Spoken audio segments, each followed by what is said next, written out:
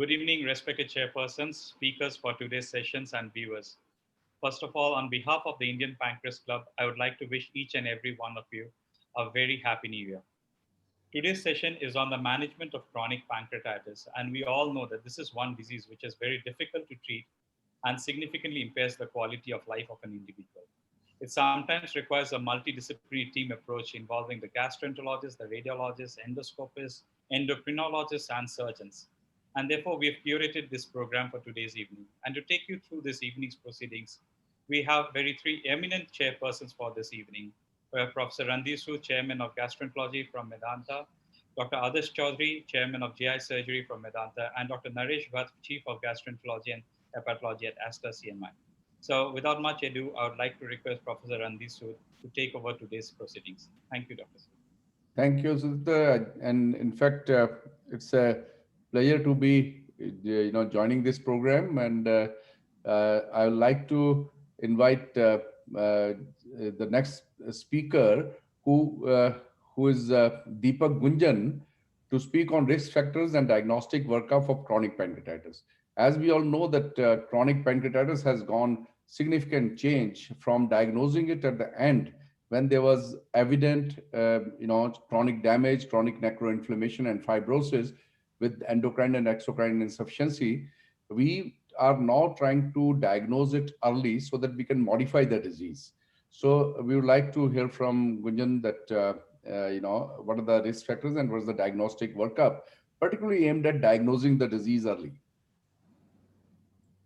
Thank you, Chairperson, sir, and thank you, Indian Pancreas Club, for inviting me for this talk. And it's very important topic in chronic pancreatitis. I will talk about the risk factors and diagnostic workup.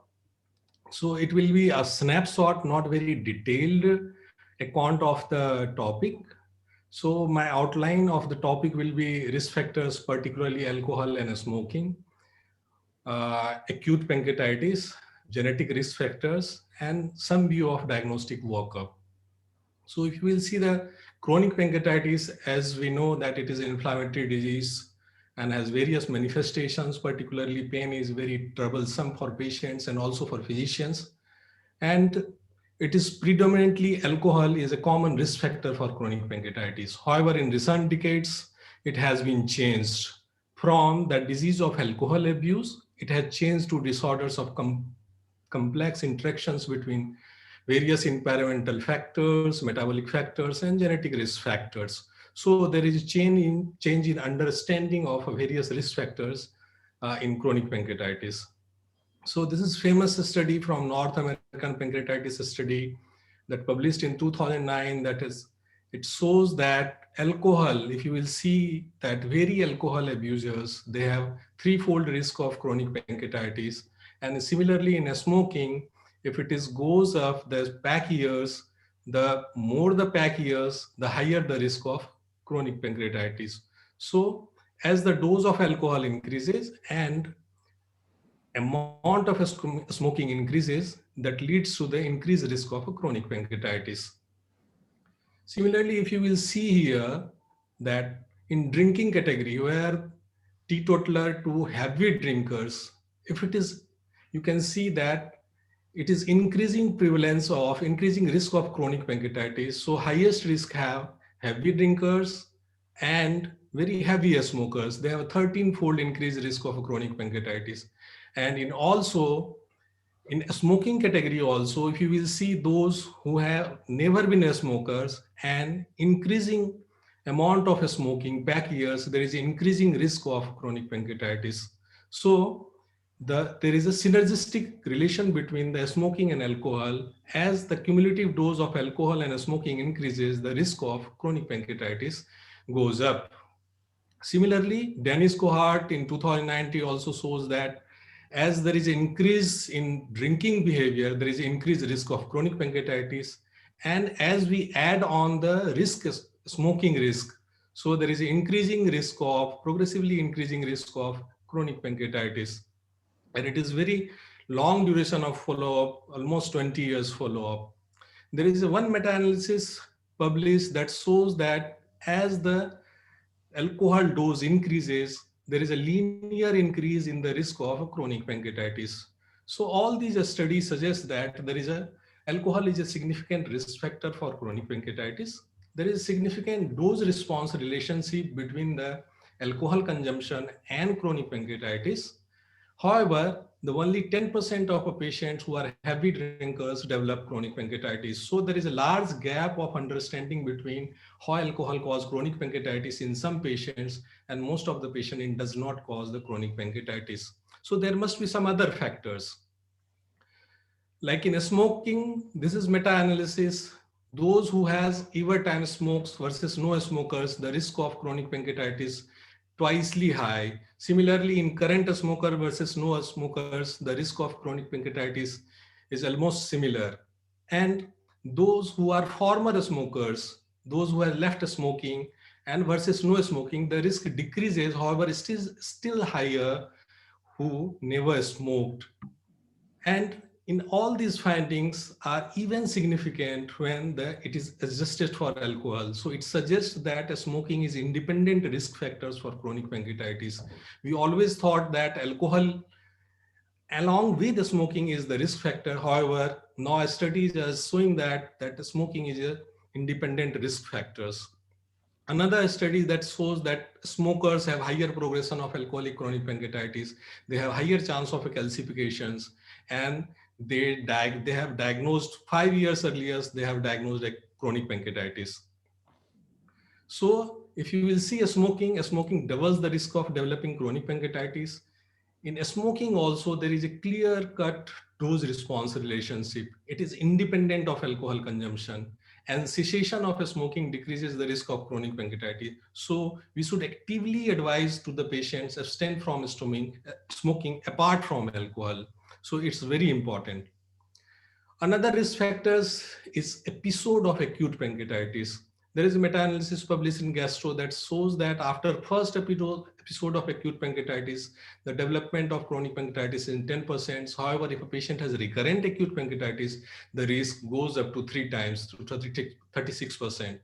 And alcohol in smoking is the largest risk factors for chronic pancreatitis from acute pancreatitis progress to chronic pancreatitis. So acute pancreatitis, particularly severe acute pancreatitis, is important risk factor for progression from acute pancreatitis to chronic pancreatitis. The third important risk factors are genetic risk factors.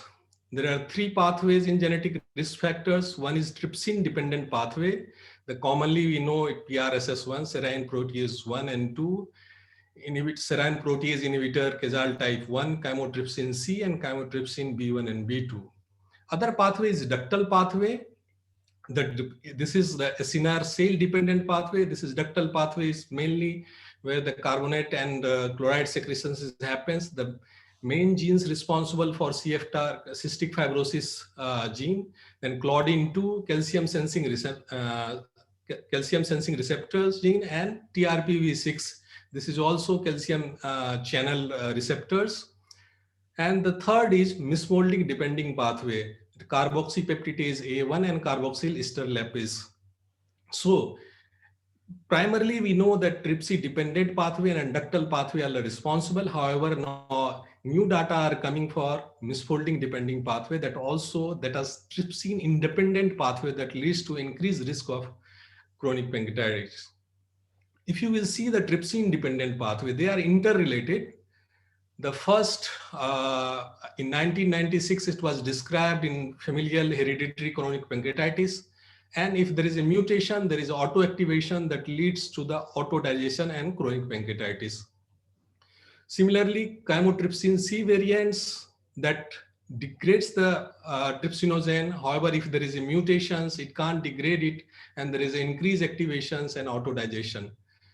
The inhibitors, SPINK1 inhibitors, that also inhibits the trypsinogen. However, if there is a mutation in the SPINK1, it leads to the increased autoactivation and decreased degradation of trypsinogen that lead to the progression of chronic pancreatitis.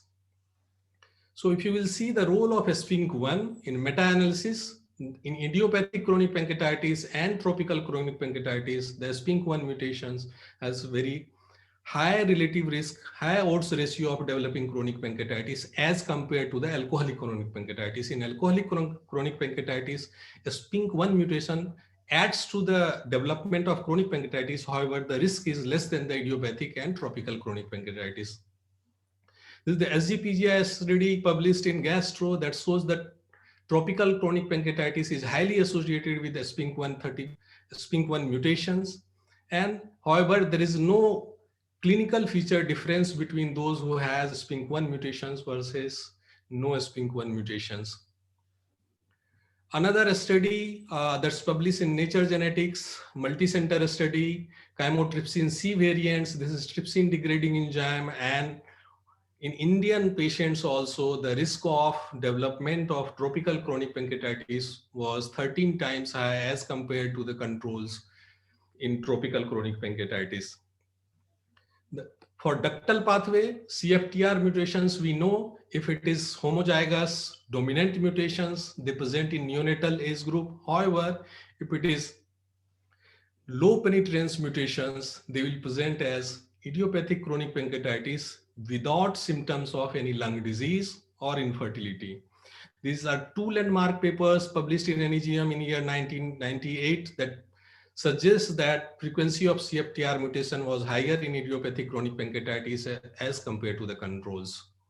Another just recently published in Gastro that TRPV6 channel mutations in calcium channels that leads to the impaired clearance of calcium from the ductal cells, from the ductal lumen, and that impede the flow of the bicarbonates or fluid into the duodenum that leads to the formation of the stone formation.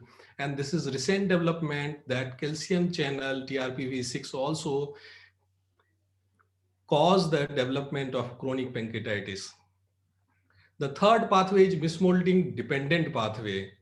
In this pathway, what happens that endoplasmic reticulum, the enzymes goes from to the Golgi complex and then they are exuded from the plasma cell membrane. However, if there is a mutations, they will not able to form the zymogen granules. So what happens, there is increased autophagy and there is a risk of development of chronic pancreatitis. So this is the landmark study published in Nature Genetics, CPA1 mutations, carboxypeptidase A1 mutations, and in also they have included Indian patients. They have found that there is an increased risk of early onset chronic pancreatitis. And this is landmark also in the sense that CPA1 mutation has, after the PRSS1 mutation, it has a strongest penetrance. In less than 10 years, the odds ratio is 84. So it is second strongest penetrance has this gene mutations for development of early onset acute pancreatitis, early onset chronic pancreatitis. The another gene is carboxyester lipase. In European cohorts, it has been found to be associated with non-alcoholic chronic pancreatitis. However, in 3 independent Asian cohorts, including Indian patients, it has found to be there is no association with the carboxyester lipase gene versus chronic pancreatitis. So it is ethnic specific gene that is particularly responsible in European cohorts, not in Indian cohorts. If you will see the Indian study, as we quoted earlier, one from the AIMS, that idiopathic chronic pancreatitis, when they have analyzed out of 400 patients, 242 patients has idiopathic chronic pancreatitis, and a SPINK1 mutation was found in 42% of the patients. And also in alcoholic pancreatitis, 17% of the patient has SPINK1 mutations and CFTR gene mutations also. So in majority of the patients, SPINK1 mutation and CFTR mutations in idiopathic chronic pancreatitis in India is responsible for development of chronic pancreatitis. None of the patient has PRSS1 mutation.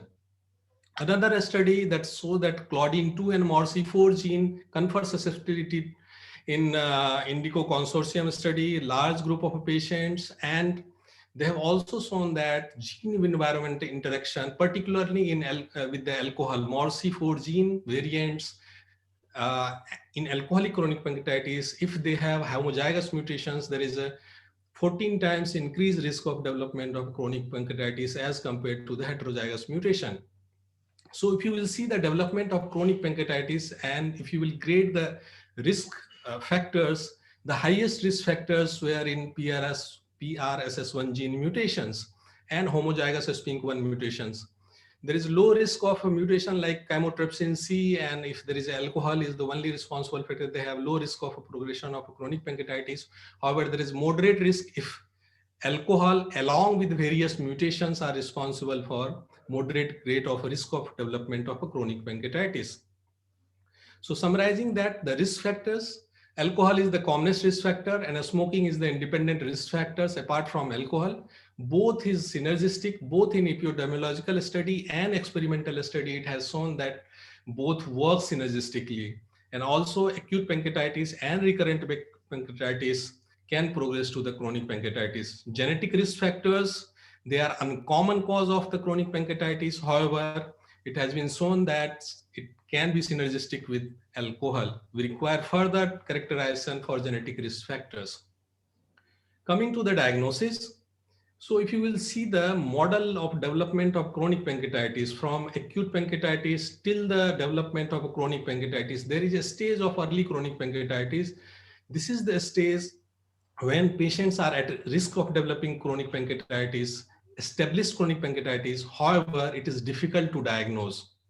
So why diagnosis is important? That it relies on the relevant symptoms, imaging modalities, and assessment of pancreatic functions. However, problem with the chronic pancreatitis diagnosis is that biopsy is very difficult, and also it is difficult to differentiate early stage disease from the recurrent acute pancreatitis, where this is the stage where we can intervene and stop the progression from early stage to the end stage of the disease. And also there is a correlation between structural and functional impairment of CP is not very good. You see the CT scan, there is marked atrophy and calcification, but patient doesn't have symptoms. So there is a poor correlation between a structural and functional. So why imaging, particularly for diagnosis? Apart from that, in chronic pancreatitis has various form of complication, either pseudocyst, bleed, venous thrombosis, or biliary strictures. So we require imaging.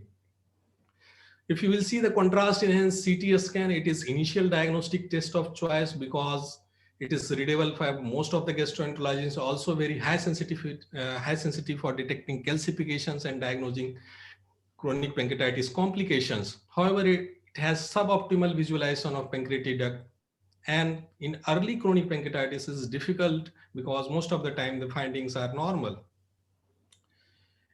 MRI with MRCP, it has weighted tissue contrast, and it have no ionizing radiation, and it can diagnose pancreas division very easily as compared to the chronic CT scan. However, it has low sensitivity in particularly in parenchymal calcifications. However, if there is obstructive ductal calculi, that can be diagnosed. Secretin enhanced MRCP is very higher sensitivity and specificity, but I am not aware of any Indian center that are doing the secretin enhanced MRCP.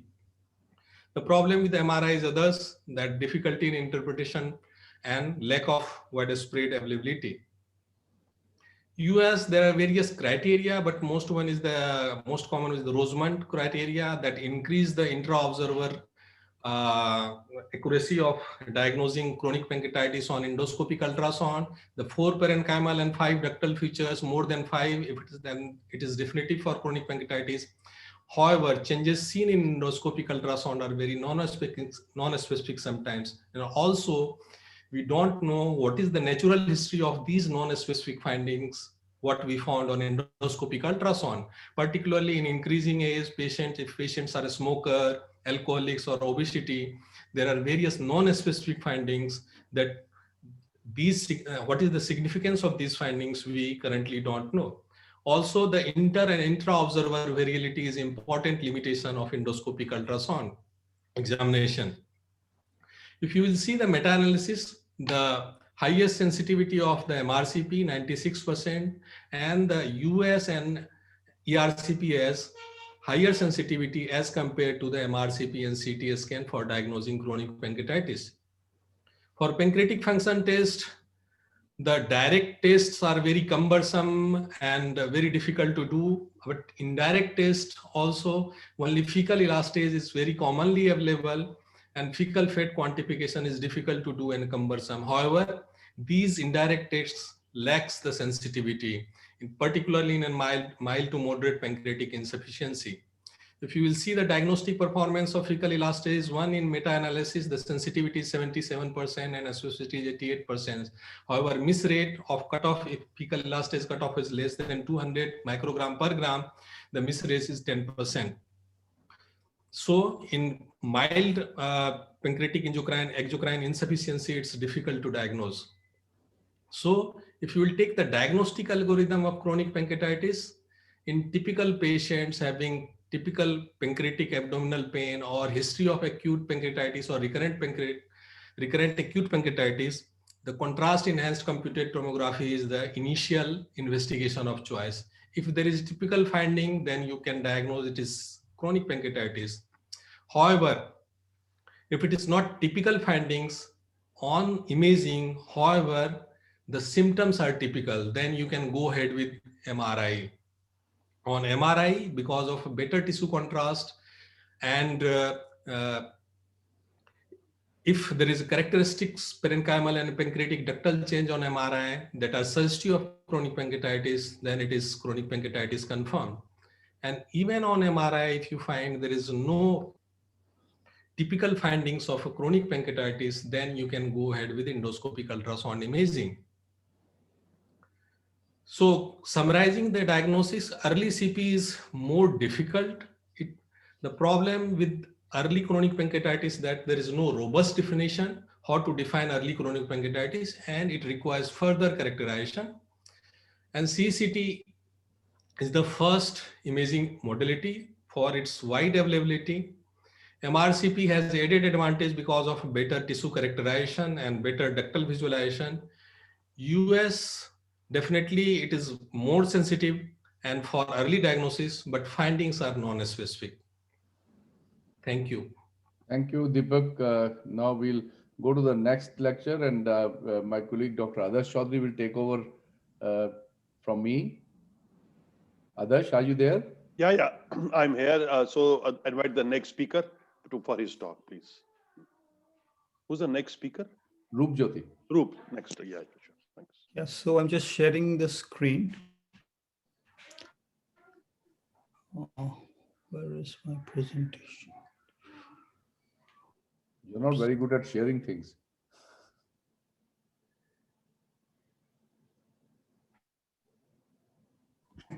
Yeah, got it.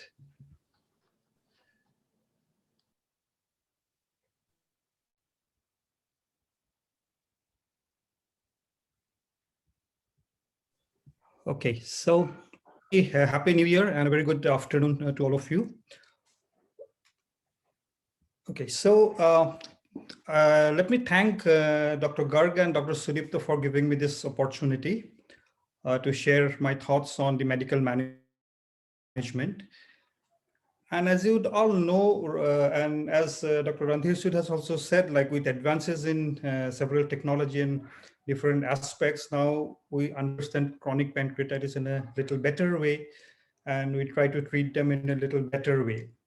So if we talk, so this is how I define chronic pancreatitis, a multi-level jigsaw puzzle with several missing pieces.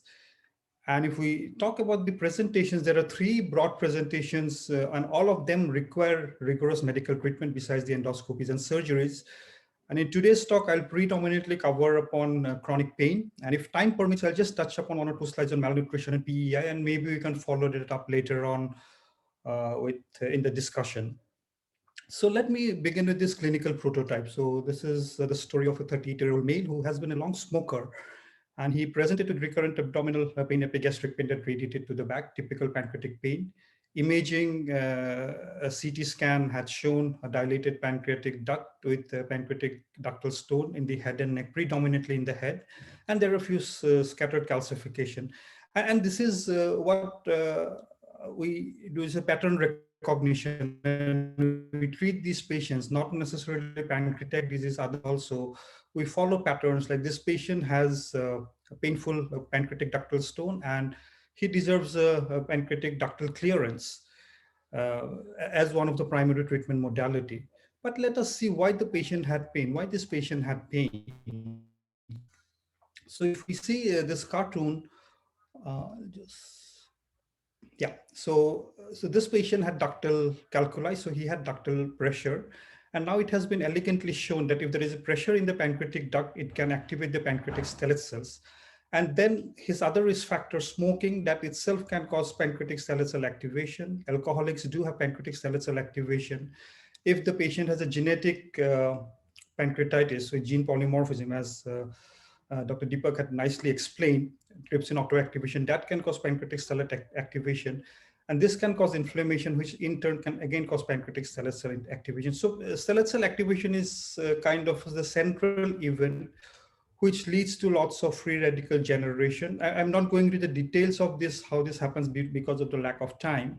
But during the early part of the disease, the body has an immense capability to defend against the oxidative stress. So these are all the naturally occurring oxidative antioxidant defenses.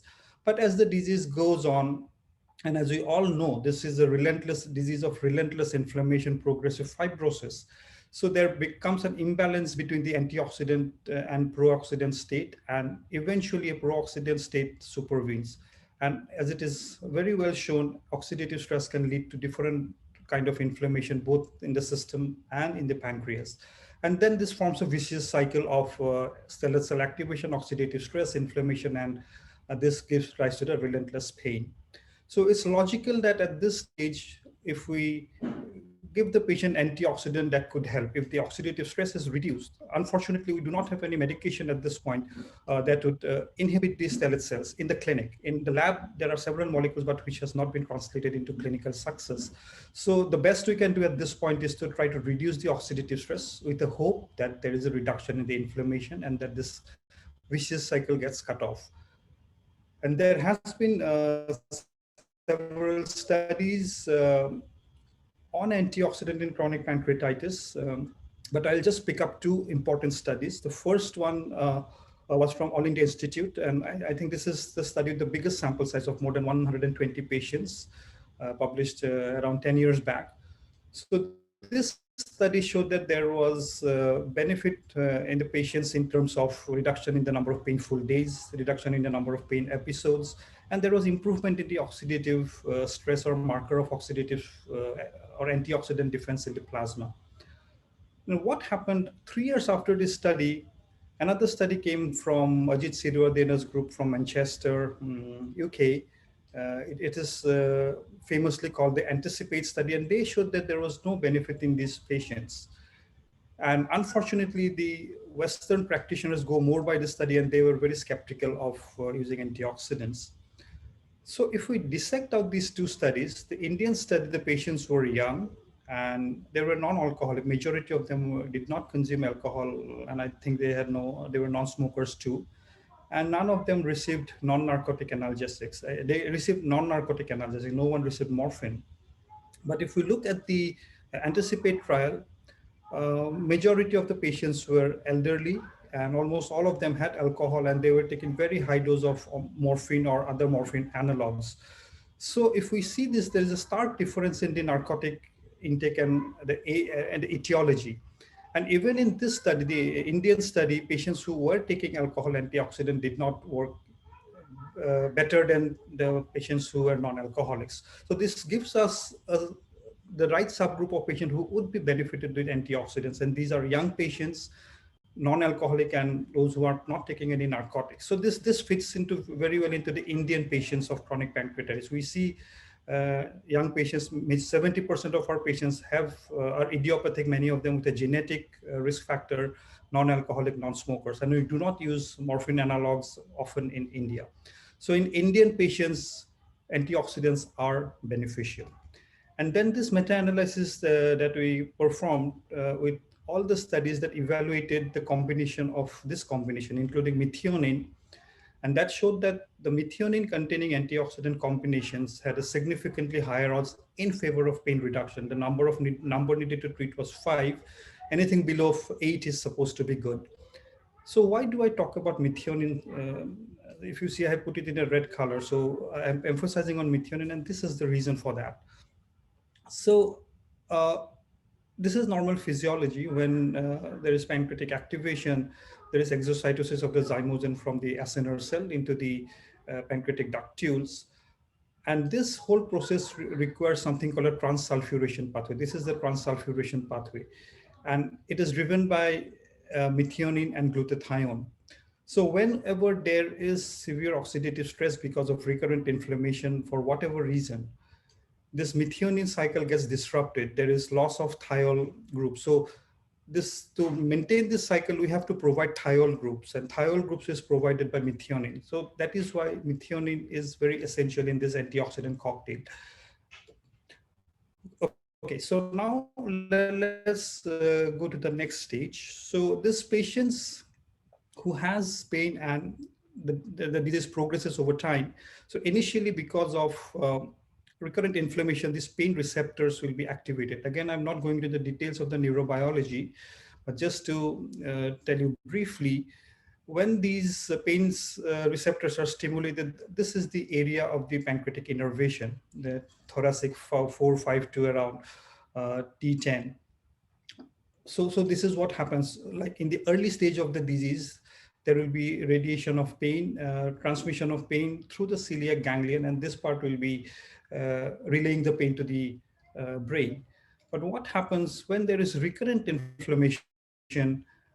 So there will be a constant burst of stimulus. Constantly, the pancreatic receptors will get activated, and that would lead to a hypersensitization. So now the spinal segments that will be involved are beyond the normal pancreatic segment. So if you see, it may involve up to the thoracic, upper thoracic segment and lower lumbar segment.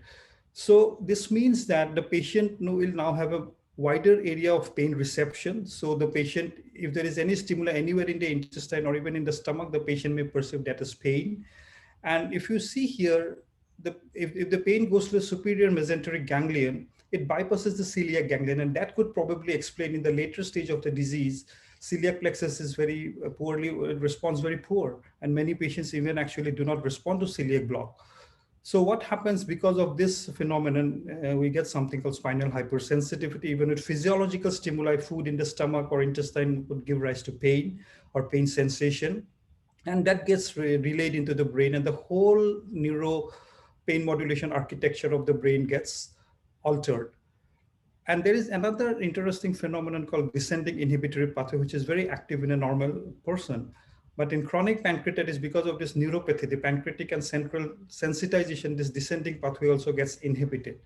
And in the whole scheme of event, there is only one molecule that is supposed to improve the central the descending pathway. So descending pathway gets reactivated, and that molecule is pregabalin. Unfortunately, there is only one study so far that was published around 10 years back, where the authors from Denmark used 75 milligram pregabalin twice daily and escalated to 300 milligram for 3 weeks. And those patients did show significant pain relief, but there was also a placebo response of 30%. Even 30% of patients in the placebo arm actually responded. So this is something that can be considered in these patients who has a long-term disease and who has features of neuropathic pain. But in the real world, the problem is how do we identify neuropathic pain in the clinic? So now there have been a few recent studies, like published this year itself, 2 studies from a consortium from UK, from Denmark and USA, who studied something called quantitative sensory testing. And this is what is done in this testing. Like the patient is stimulated in different spinal segments by needle prick sensation and pressure sensation.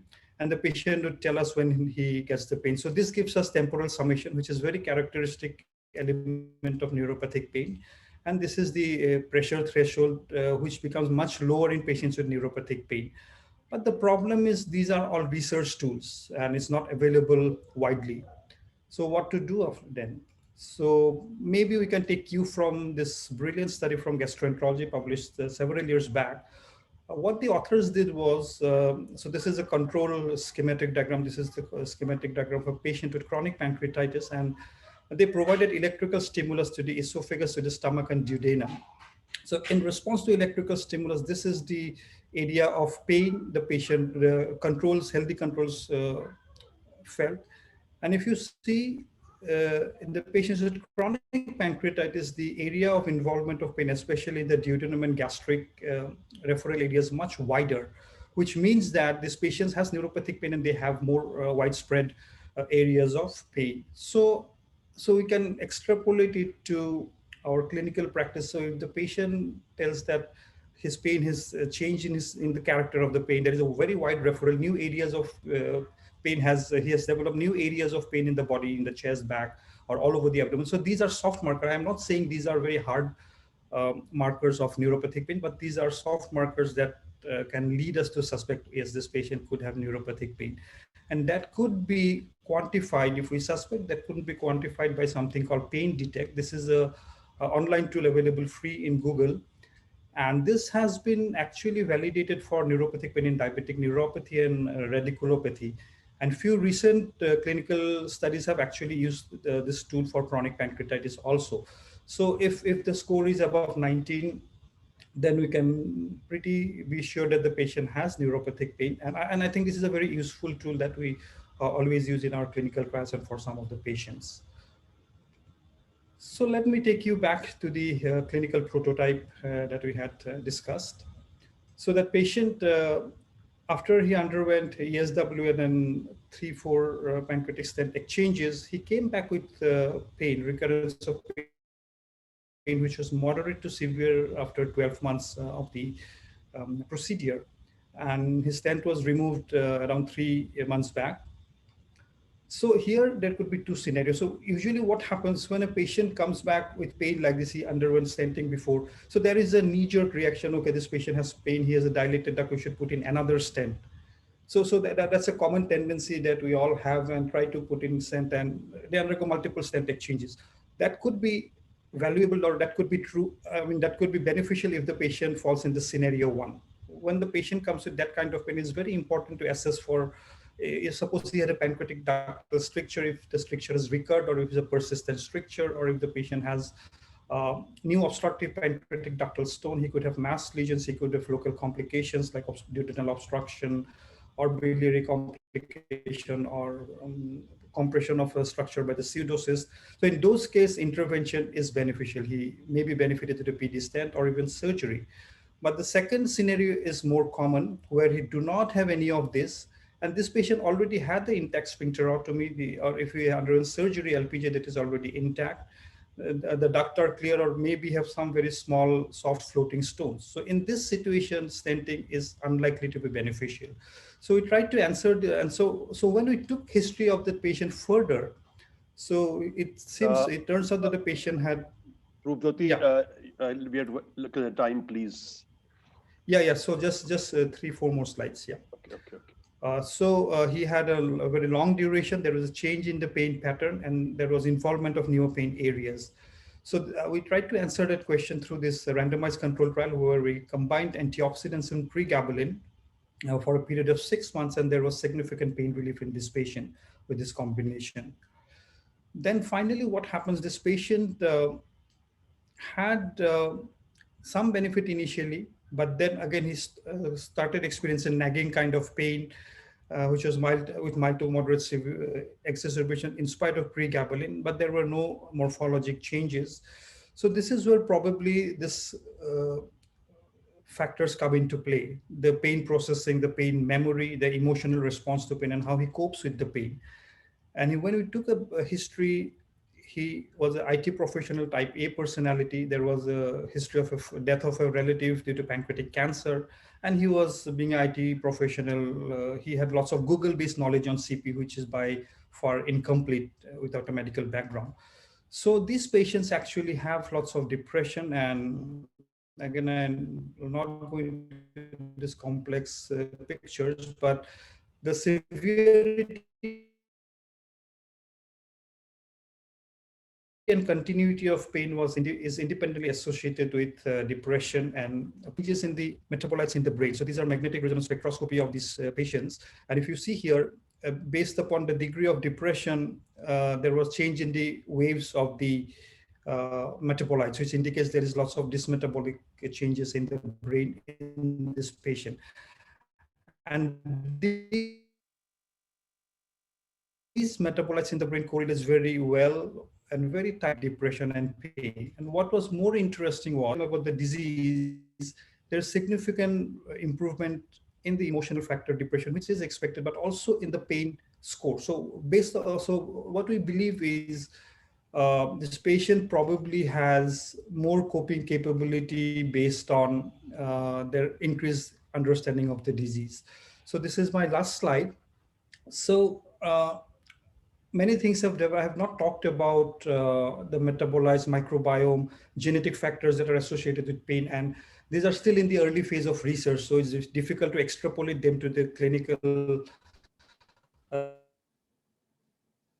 scenario. But the knowledge that is that the pain begins with pancreatic inflammation time, it goes on to develop central neuroplasticity. So at the later part of the disease, the patient has a combination of nociception, meaning excitation of the receptor, neuroplasticity, and neuropathy. So what we can offer this patient with this incomplete understanding that we have so far. First would be a very good pain assessment, the meticulous history of pain, the duration, the radiation of pain, referral of pain character. These are usually not asked in the clinical practice. So we just ask the patient has a pain and there is a stone and we go for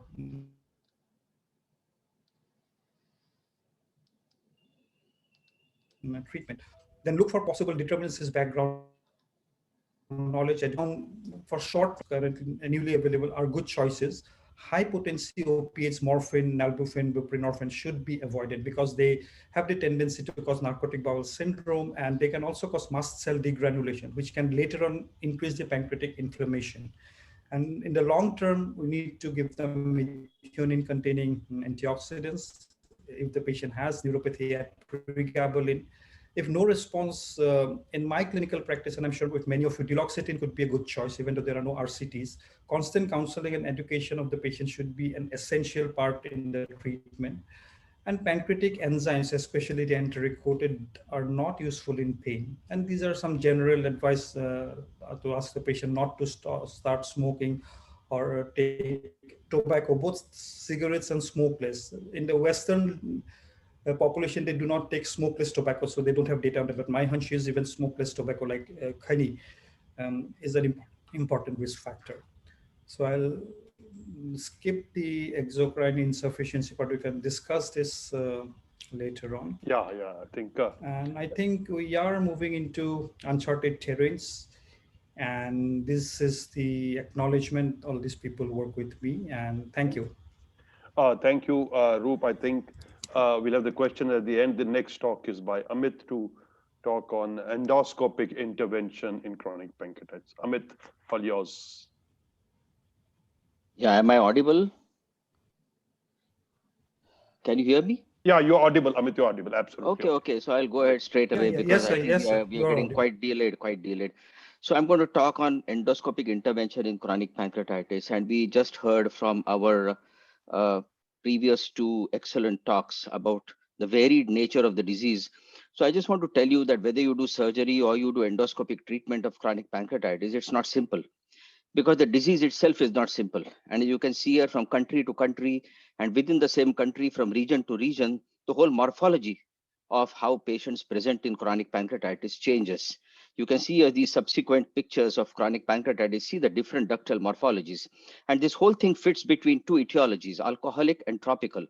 We also heard from our previous two talks that chronic pancreatitis is not specifically related to any one specific cause. It's usually a multi-causative disease. For example, just because you have a genetic mutation doesn't mean you'll develop chronic pancreatitis. Or even if you are an alcoholic, doesn't mean that you'll develop chronic pancreatitis. There have to be many other factors which play a role to make the patient susceptible to develop chronic pancreatitis. And this is exactly what we see. As far as our perspective in clinical practice, the manifestations of chronic pancreatitis are these. They can have stone predominant disease, or we have stricture predominant disease, or you have a combination of stones and strictures. Some patients may have an inflammatory mass, some may have associated pseudocysts, some may also have a biliary stricture. And our decision of what to do for these patients usually depends upon what is the manifestation of the disease. All of us also know that the main and established indication of any intervention to treat these patients of chronic pancreatitis, leave alone the medical part, but interventional treatment, established indication is relief of pain. However, over the last decade or so, or maybe couple of decades or so, these are the two evolving indications for treating chronic pancreatitis. First is, of course, improvement of the gland function, which we have seen in some of our patients of endoscopic treatment, where we have established a proper ductal clearance and we have found exocrine endocrine insufficiency to have improved. Also, in some surgical studies which have been published in the past, they have shown this improvement. And therefore, there is a possibility that you can delay the progression of the disease if you treat these patients early. So therefore, these could be considered as the evolving indications of treatment. Well, the endoscopically treatable morphology, if you ask me today in 2020, are if you have a situation like this, where you have a dilated duct with stones inside it, or you have strictures, which are not too many strictures, predominantly located in the head or body, not in the tail, maybe one or two strictures. And with evolving technology, newer techniques, nowadays we can also treat patients who have got an associated biliary stricture in patients having chronic pancreatitis.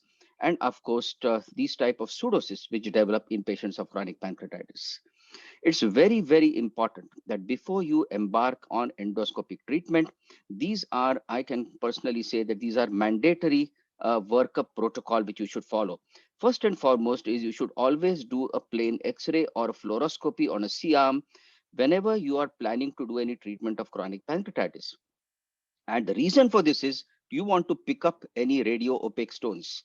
Why? Because if you find radio opaque stones on X-ray, that means they at least have more than 400 Hounsfield units of density on a CT scan. And these stones are going to be extremely hard. So if you want to embark on any endoscopic treatment, it is necessary that you have access and availability of a proper shockwave lithotripsy machine.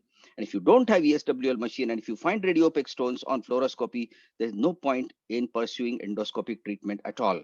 In addition to fluoroscopy, the another important mandatory investigation is a good MRCP, and maybe also an EUS or a CT scan. The main reason is to study the ductal anatomy, because you have to know the ductal anatomy before you start treating patients by endoscopic treatment, to know whether there are associated strictures, whether there are any pseudocysts, whether there is any complex disease, whether there is a SOL. So everything you should have information before, only then you will have a successful result of endoscopic treatment. Now, pancreatic stones is something which we see quite commonly in India. Now, pancreatic stones are a little bit different from bile duct stones. The main reason is 90% of pancreatic stones are radio opaque as against bile duct stones. And why is this? Because they have got a high calcium content that makes them hard. Many times the pancreatic stones are spiculated and sharp, and that is what makes the stones impacted in the pancreatic ductal epithelium. I know even for a surgeon to remove the pancreatic duct stones, even after opening the pancreatic duct, sometimes it's not easy. You have to catch it and pull it with a little bit of pressure. So these stones can be difficult to remove by endoscopic treatment until you do some further pulverization technique. Then they're also associated sometimes with strictures or a complex pathology. They may be inaccessible. In only 10 or 15% of the patients, you will find small radio-opaque pancreatic stones, or you will have radiolucent pancreatic stones. You see here, it was in 1989 that the importance of ESWL was stressed for the first time by Professor Nip Zohendra. This is the first publication on shockwave lithotripsy for pancreatic duct stones. And you see here, it was done only on 8 patients. They had an extremely good result after that. And even today, after so many years in 2020, this is now the mantra for treating patients who have got pancreatic stones, which are radio opaque, before we embark on endoscopic treatment. So you see here, ESWL therefore now is the cornerstone of therapy if you find a patient of chronic pancreatitis who has got radio opaque pancreatic stones. You can see on an X-ray or a fluoroscopic picture. Nowadays, fortunately, because we have the 4th generation shockwave lithotripsy machines, we can do this therapy quite accurately. It is very, very effective. We can achieve a pulverization in almost all the patients. And plus, these type of treatment modalities, that is the ESWL, is extremely safe without causing damage to any surrounding structures. You see here, what do you mean by ESWL? So when we do ESWL, we have to know that we have to achieve what we call as an end point of ESWL. So when do we stop our ESWL sessions? The end point of ESWL is pulverization of the stones, not just fragmentation, because these stones are hard. If you only fragment them, you will not be able to take them out by a simple sphincterotomy and by a basket or a balloon. So by pulverization, we mean that you have to reduce these stone fragments to less than 3 millimeter size. And this is how we make them out on a fluoroscopy. Loss of density, then the stone fragments start spreading all along the duct.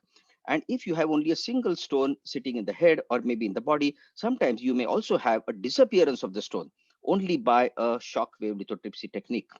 So after doing the ESWL, only then we should do a ERCP. And in this ERCP, all that we have to do is to perform a pancreatic sphincterotomy. Here you can see here, now that we are going inside, and then we opacify the duct. You can see that this is the duct which is containing pulverized stones after the shock wave lithotripsy. Then we perform a pancreatic sphincterotomy. You can already see that whitish pancreatic juice is flowing out with a little bit of stone fragments. And then a very good instrument to use for removal of the pulverized pancreatic stones is either a balloon, or we can use a wire guided Dorbia basket, because as I told you, these stones are hard. So if you use these balloon extraction catheters, these balloons break very easily. So the procedure is likely to become quite expensive. So it's better to use a wire guided Dormia basket. Start by removing the stones from the head, and slowly a few of the fragments you keep on removing until we can achieve a complete ductal clearance. If you have not achieved a complete ductal clearance, then temporarily place a 5 French stent inside only to act as a conduit. Call the patient back after 3 months. Do a fluoroscopy. In case you do find some more radiopaque stones, do a shock wave. If it is not there, proceed with a removal of the stent, further flushing of the duct, and achieving a complete ductal clearance. Here you can see this is a publication in 2020 in EIO, where it has shown in a systematic review and meta-analysis the success of ESWL and ERCP in symptomatic pancreatic duct stones. Extremely good results. The complete ductal clearance after shock wave lithotripsy and ERCP in almost 70%, complete absence of pain during a follow-up, also around 65%.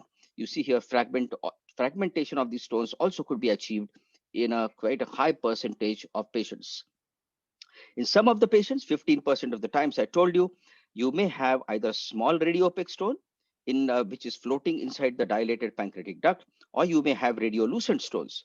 Now for this, you don't require ESWL. You can directly proceed with an ERCP. And even in such a situation where we have large filling defects inside the pancreatic duct, dilated pancreatic duct, large filling defects, but they are not seen on a fluoroscopy or X-ray, that means they are stones which do not contain sufficient calcium to make them too hard. In such a case, you can directly proceed with performing a pancreatic sphincterotomy. And then we can also go ahead and do a pancreatic balloon sphincteroplasty. Here you can see we pass a CRE balloon. We dilate the pancreatic sphincter up to about 12 mm. In the bile duct, we go up to about 15 mm. But in pancreas, we usually don't exceed 12 mm CRE balloon dilation. And then after such a balloon dilation, we can pull out these type of large radiolucent pancreatic stones simply by putting in a balloon extraction catheter. And in many times, you can achieve a complete ductal clearance even in a single sitting of ERCP. However, to be on the safer side, we do leave in a small stent, a 5 French stent, just for a few weeks. Go in after a few weeks, again take out the stent, clean the pancreatic duct, just check that you achieved a complete ductal clearance. What about those patients who present with stricture predominant disease? This is much more difficult because this is what we see in those patients who have an alcoholic etiology. Most of the times you see strictures of various types. They can be single strictures, multiple strictures, they may be tight, soft, or complex strictures. So how do we treat?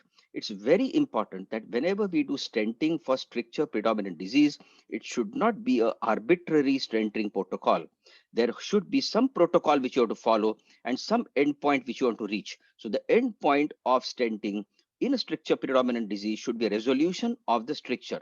So when you take out the stent after a determined amount of time, the stricture should have opened up and the contrast should be flowing out freely. You cannot keep on placing stents permanently in such patients instead of sending them to surgery at the right time. So this is now the recommended stenting protocol which all of us follow, which have been published in the amended ESG guidelines in 2019. So what we do is, suppose you find a stricture predominant disease, we directly start by placing a stent, either a 5, 7, or 10, whichever is the stent which is possible at that time. If you can place only a 5, you call the patient back after 2 months, try to go to 7. and then again call after 2 months, try to place a set 10. Once we can place a 10 French stent, we should keep that stent inside the pancreatic duct across the stricture for at least 1 year. And then we remove that stent after 1 year. And after 1 year, when we do a pancreaticogram, if that stricture persists, the patient should be counseled. We have to discuss with the patient whether the patient wants to undergo a multiple stenting regime or directly a surgery. If the patient opts for a multiple stenting regime, the maximum we can continue that is for another 3 years by placing multiple 10 French stents, 2 or 3 10 French stents, and again remove them after 3 years. If in spite of that, the stricture persists, the patient should be sent for surgery. So after 1 year itself, the patient should be given a choice if the stricture does not respond to your 10 French stenting. Well, this story has become a little bit different because of the availability of these fully covered expandable stents specifically for the pancreatic duct.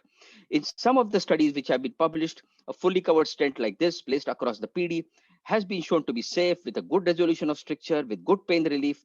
However, let me tell you that these stents can cause problem because inside the stent, because of the flange, another stricture is likely to develop in the duct. So therefore, in the present context, fully covered expandable stents are not recommended for clinical usage. In practice, it should be only used in the trial setting or if you're conducting a specific study. What about pseudocysts associated with chronic pancreatitis? You see here, these pseudocysts are a little different from acute pancreatitis. Only 9 to 10% of such pseudocysts are going to resolve. But the good part is 60% of pseudocysts which occur in chronic pancreatitis communicate with the MPD. So therefore, nowadays it is recommended that transpapillary pancreatic duct stenting is considered as the first line of treatment of these pseudocysts. These pseudocysts are not very well amenable for surgery too because they are small and they're located usually in the head. Multiple pseudocysts are likely to be there, but they're associated or communicating with the duct. So if you place one transpapillary stent, achieve a good ductal drainage, these pseudocysts usually regress and they will come down in size. What about bile duct strictures associated with chronic pancreatitis? Till now, to tell you the truth, this was considered as a contraindication of endoscopic treatment because placing plastic stents across bile duct strictures never worked as it used to work in normal benign biliary strictures in some of the selected patients. However, after fully covered expandable metal stents have come in, there has been a study which was recently published. You see here in 2014, a systematic review comparing two methods of stent placement in benign biliary strictures of chronic pancreatitis. And you see here that technical success and clinical success of fully covered stents is much more than plastic stents as far as benign biliary strictures is concerned. Now, this, of course, is not true for other types of benign biliary strictures, but for chronic pancreatitis-induced benign biliary strictures, fully covered expandable stents can be a good salvage procedure if these patients are not willing for a surgical treatment and a proper surgical bypass. A final slide, I just want to tell you that you can see from this that endoscopic treatment is very, very successful if you select these patients properly early in the stage of the disease when you have done the pre-procedure workup. On pre-procedure workup, if we find that this patient has got a complex pathology, multiple strictures, stricture predominant disease, alcohol etiology, tail predominant disease, these patients are better off by sending them to a surgeon rather than persisting on endotherapy and then later on failing in endotherapy. Of course, it's also important to know that if you have radiopaque stones, it's mandatory you have access or availability of a good ESWL. If you don't have, you should not perform endoscopic treatment and just keep on placing stents. Might as well send the patient for surgery. So this is the follow-up study of the randomized controlled trial of endotherapy versus surgery in CP from this Dutch group. You see here, this was published in 2011 in Gastroenterology. And the conclusion of this randomized controlled trial, a long-term follow-up of more than 10 years, shows that surgery is more effective than endotherapy. But let me tell you, things are not as simple as this study tells you. Because this study, if you carefully see it, the numbers are extremely small. There are a lot of limitations, pitfalls, and criticism. All these patients in this study were opioid dependent. 60% of these patients were alcoholic. 80% of these patients had complex morphology. And therefore, endotherapy protocol was also questionable. Amit, So are you therefore, finishing? finish. This is the last slide. Okay, thanks. Great. Okay. So therefore, what I want to tell you is if you select your patients properly, then only you can achieve good results with your endoscopic intervention. Thank you for your patient hearing. And this is my take-home message. endoscopic treatment, and ESWL is the first line of therapy if you select the patients properly. Radiopaque stones which are more than 5 mm, ESWL first, less than 5 mm or radiolucent, direct ERCP, dominant PD stricture, I told you the protocol, post-CP, benign biliary stricture, ideally fully covered stent, and pseudocyst, fully covered expandable or transpapillary stenting is the first line of treatment. Thanks for your attention. Thank you, Amit. That was a lovely talk. Now we move to the third dimension of therapy. We finished medical, we've spoken about endotherapy, and now I invite Rati Singh for this talk on surgery in chronic pancreatitis. Good evening. Sandeep, are you there? Yeah, I'm here. The problem is I don't have share screen on my system. Why don't I have that? Is the administrator? Yeah, Dr. Rajnish, it must be at the bottom of your screen. Just look at the bottom line. Yep, There's a share screen. Yep, There's a share screen there at the bottom. Is my screen visible now? Yeah, it's visible. Yeah, we're seeing you. Yeah. Great.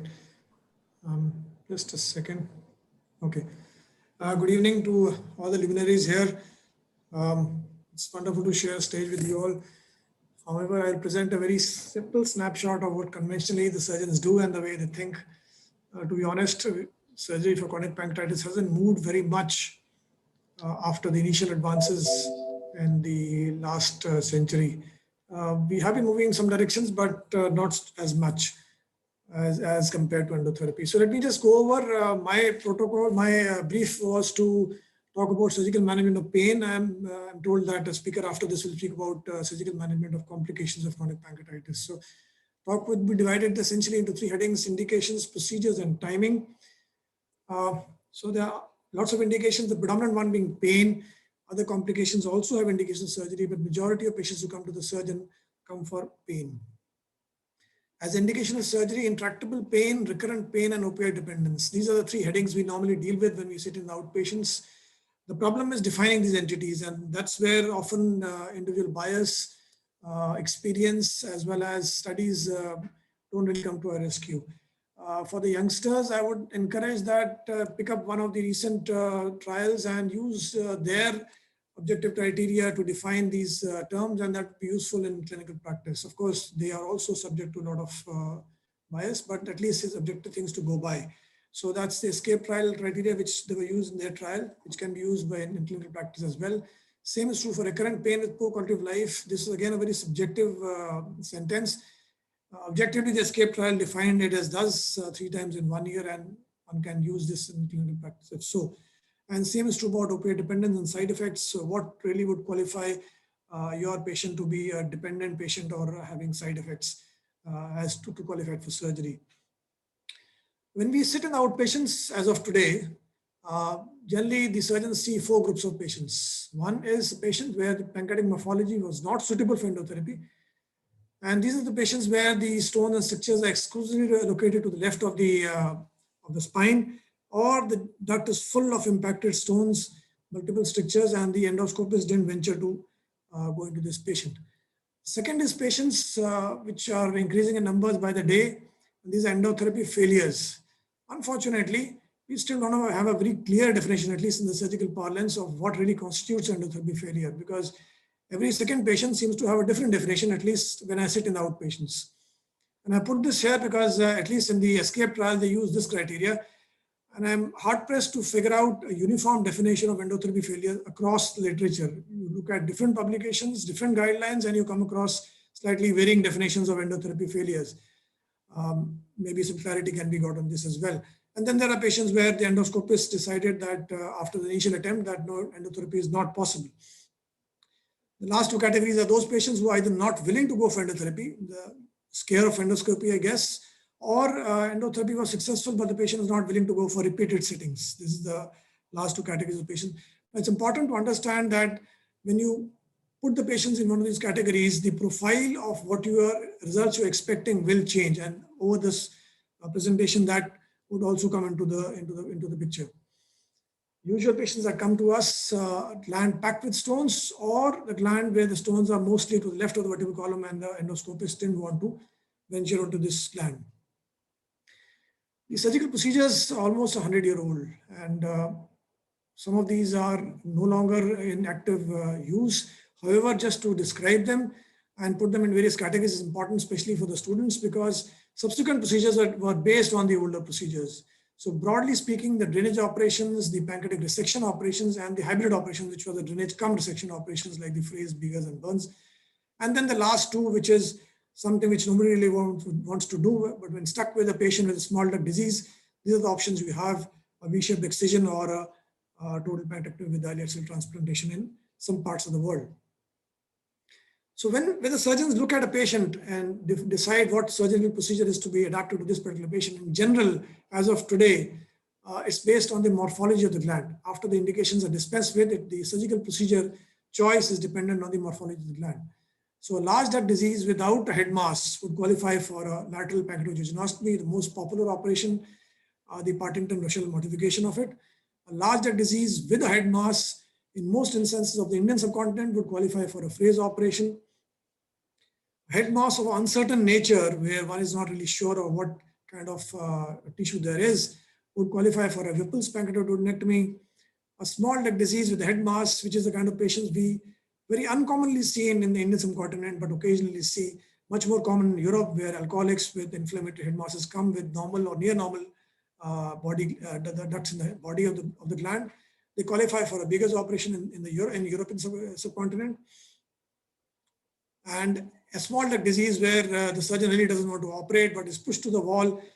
The choices are an Isbiki procedure, which is a V-shaped excision and anastomosis, neurolytic procedures, which most surgeons would not do as of today, and in some parts of the world, total pancreatectomy with ileal cell transplantation.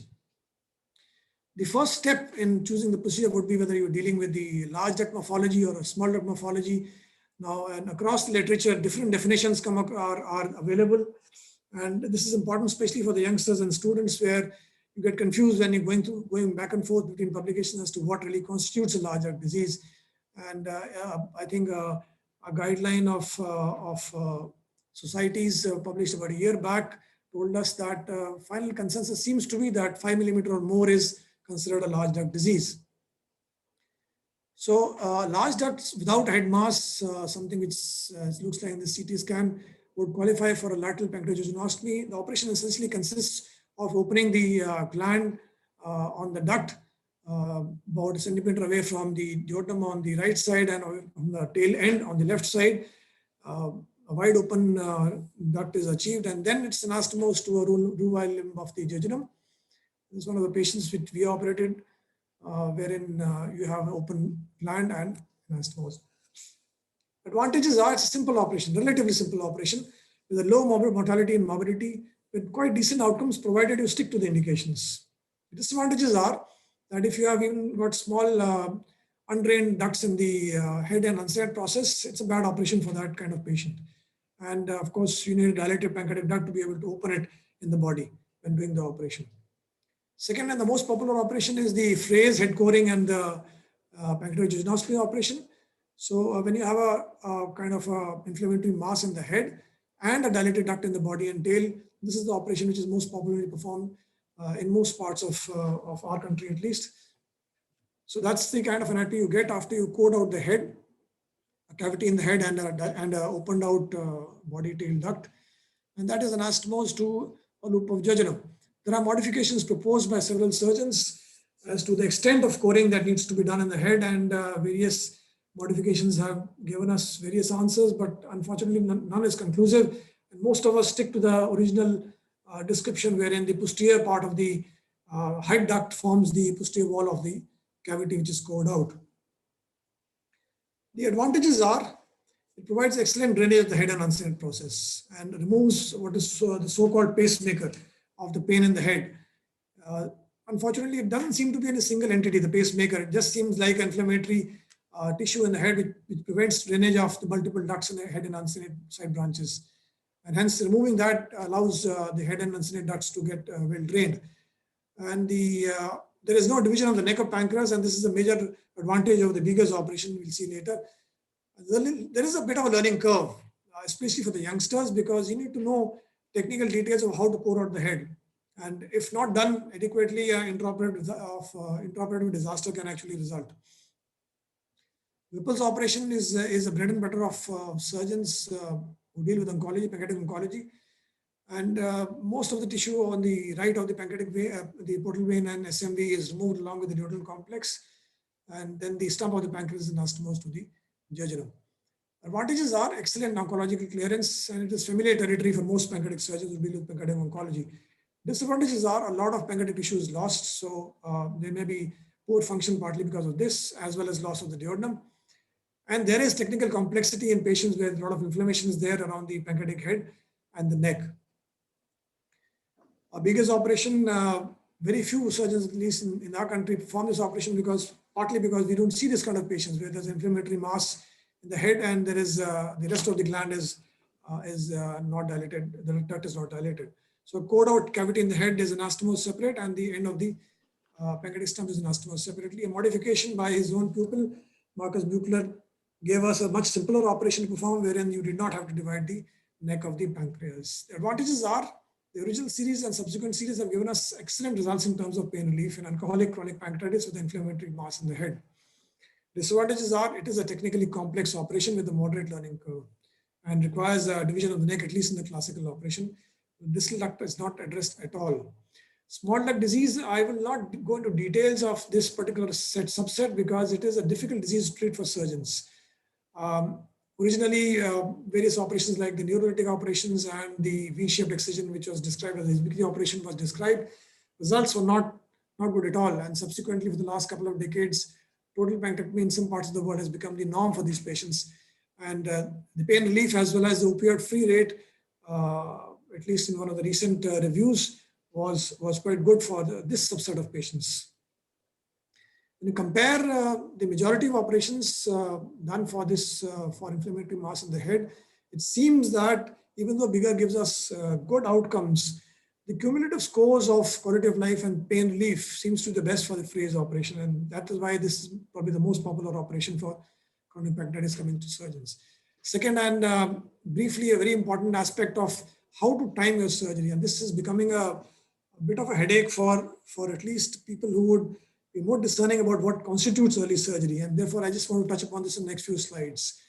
Now, early surgery was essentially defined, at least in the context we are talking about here, for pain relief. And this has been propagated more and more in the last decade.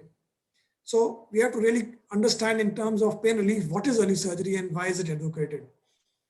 Especially for the younger people, this is important because it was believed, and I think Roop Jyoti has given us a very nice idea of why you have to intervene in a patient for pain relief before the neuroplastic changes appear or neuropathic pain appears, or at least to a majority of extent. In a lot of patients, when they face prolonged severe pain and abuse opioids for a long time, it seems that is one of the factors for promoting these neuroplastic changes and promoting neuropathic pain in these patients. Hence, the context of early was in this context, which means that before you leave the patient for a long duration of time with severe pain, that is early after failure of medical therapy, and before you put the patient on years of opioid therapy, you should operate the patient or at least intervene in that patient. And therefore, you will have good results before a significant amount of neuropathic pain appears. There is a misinterpretation to this early business, and that is why I put this slide here. It is not meant to preserve pancreatic function. Howsoever, quite a few of us would like to believe that it preserves pancreatic function. We are still struggling even after half a century to prove conclusively that it preserves pancreatic function. The most recent guidelines of multiple societies a year back told us categorically that endocrine function is definitely not preserved. And there is a big question mark even on exocrine function because of the way exocrine function is defined in most studies. Just defining and saying that the state-oriented improve is not really a good scientific way of saying that my exocrine function improve. That's my perspective of the whole issue.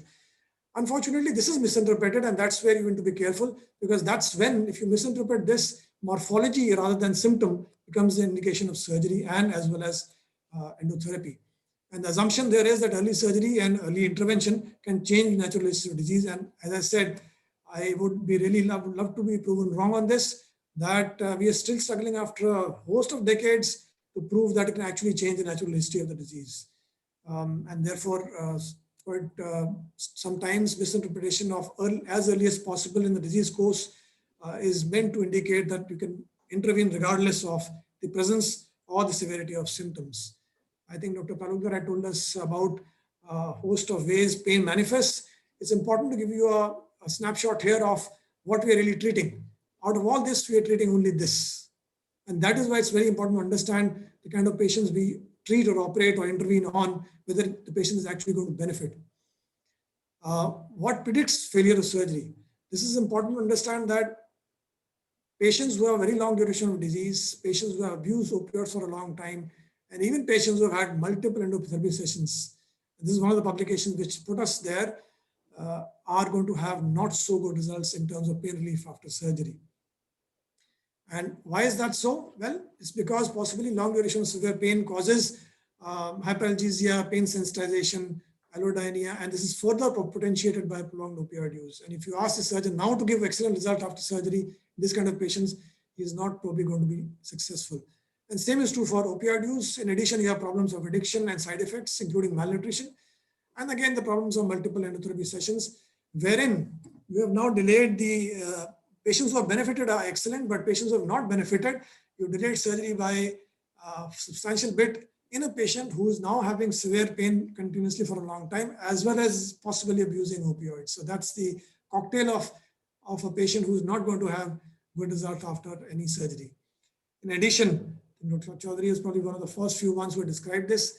When we operate patients who have had multiple endotherapy sessions, we deal with polymicrobial growth in the pancreatic juice, and we have quite a few infective complications in this subset of patients. And this has been an experience from quite a few surgeons across the world now. The ESCAPE trial needs to be mentioned, and the reason for that is that it compared surgery versus the step-up approach. Mind you, this was designed to deal with patients who were suitable for endotherapy and hence randomized into these two subsets. And the inclusion criteria include patients wherein patients were having painful pancreatitis but had not been on prolonged opioid therapy, only a very short-term opioid therapy. And the outcome was thus that the integrated SBK score in the primary outcome at 1.5 years, the early surgery showed us much better outcomes. Even though this was a secondary outcome and the sample size was not determined to answer this question, we still have a 20% difference between the two arms, between the surgical arm as well as the endoscopic arm, the surgical arm being 58%. The p-value was insignificant, possibly because the sample size for this particular outcome was not calculated. So where are we? One of the last slides I have. Well, I would love to say that surgeons are all encompassing and we can treat everything. But one would really, you can't really ignore the elephant in the room, and that is to say that there are a substantial number of patients who do benefit in terms of pain after endoscopic treatment. From the surgical perspective, the only problem we face as surgeons is we don't know which patients, because it seems that the goalposts of who benefits from endoscopic treatment seems to be shifting every day. And hence, sitting in the clinic, it becomes a big nightmare to decide which patients to operate and which patients not to operate. So there is a subset of patients that is very clear. We still are trying to define which subset which are suited for endotherapy. And then there is a subset of patients which are not suited for endotherapy and definitely for surgery. And then there's a huge gray area in between where we are still struggling for answers. And that's where problem starts, because both endoscopists and surgeons want to dabble into this area. Fortunately for the surgeons, we have had history on our side, and therefore we can offer a treatment which has been validated over almost a century. Unfortunately for endoscopists, this is where problem starts when patients don't benefit in this subset, and then they are sent for further aggressive treatment. I think there is room to do much more control studies in this particular area. Not much to summarize. I haven't put it here, but I would like to point out to the surgeons in the audience about the role of upcoming minimal access surgery for chronic pancreatitis. It seems that like rest of the abdomen is also going that way. However, must understand the fact that surgery for chronic pancreatitis is one of the areas where haptic sensation plays one of the major roles in determining how to conduct that surgery. And this is what we teach to youngest surgeons when we offer them. unfortunately for us, even today, minimal access surgery and robotic surgery is still way out from giving us haptic sensation, and hence we might not see very good results, at least in the current era. Thank you so much. Thank you, Rajneesh. We now have the other surgical perspective on management of complications, and we have Dr. Saluja to do the job for us. Dr. Sandeep? Yeah.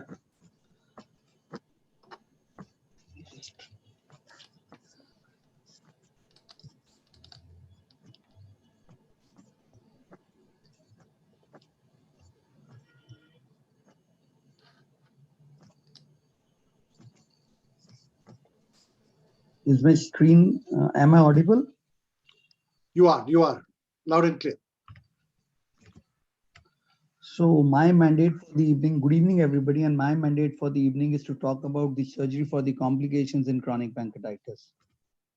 And why do we need to talk about that is because chronic pancreatitis, the complications are common, and the outcome of the surgery for the pain at times would depend upon these complications.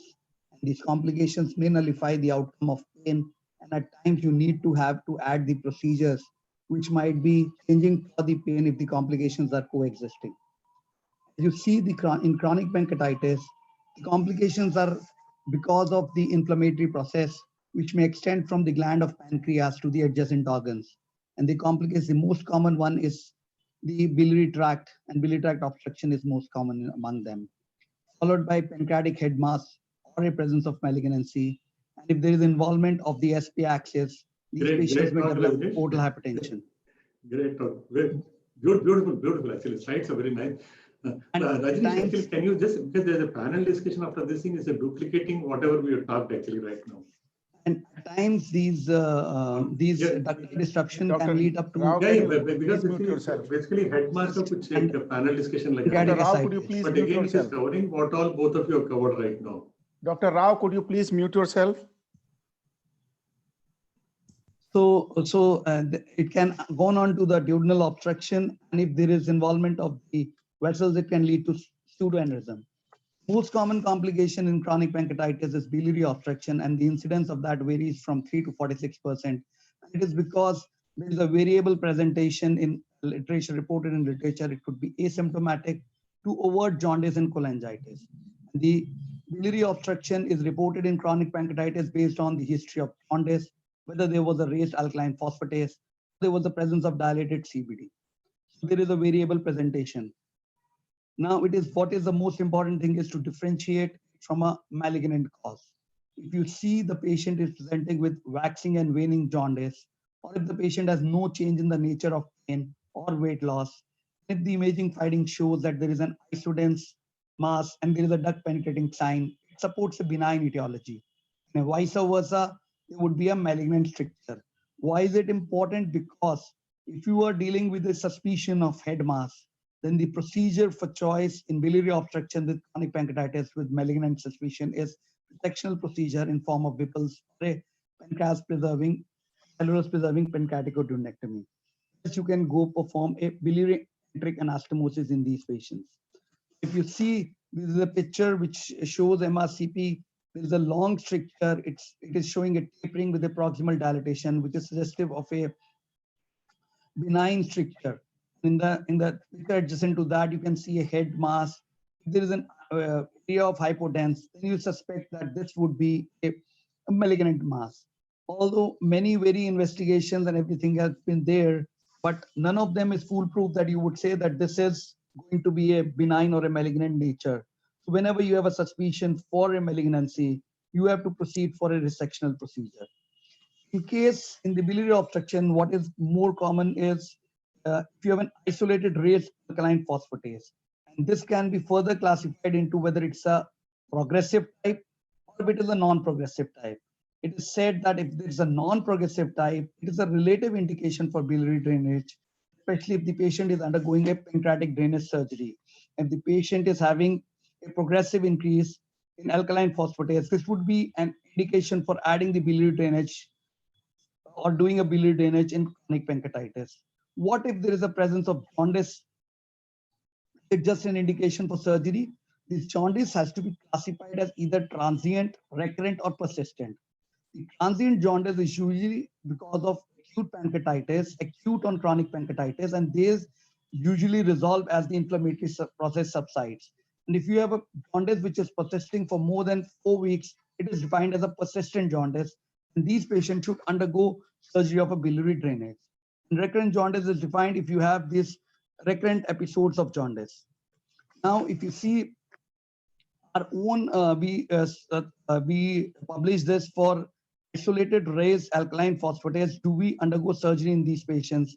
We divided them into a progressive and a non-progressive type, and we found that if we did not perform a biliary drainage in the post-operative, 2 of these patients developed jaundice which subside on its own, and in long term, only 2 out of these 15 patients required surgery.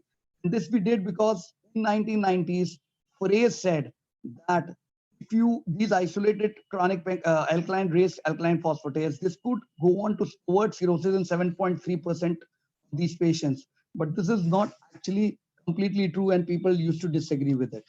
So the indication of surgery with biliary obstruction include persistent jaundice, presence of cholangitis, evidence of developing cirrhosis on biopsy, if your inability to exude pancreatic cancer, if there is a persistent elevation of alkaline phosphatase with a CBD dilated more than 12 mm.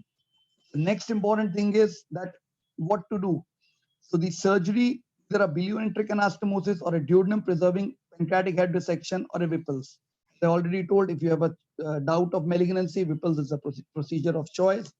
Otherwise, bilioenteric anastomosis is sufficient in these patients. The 2 most common procedures are choledochoduodenostomy and choledochojejunostomy.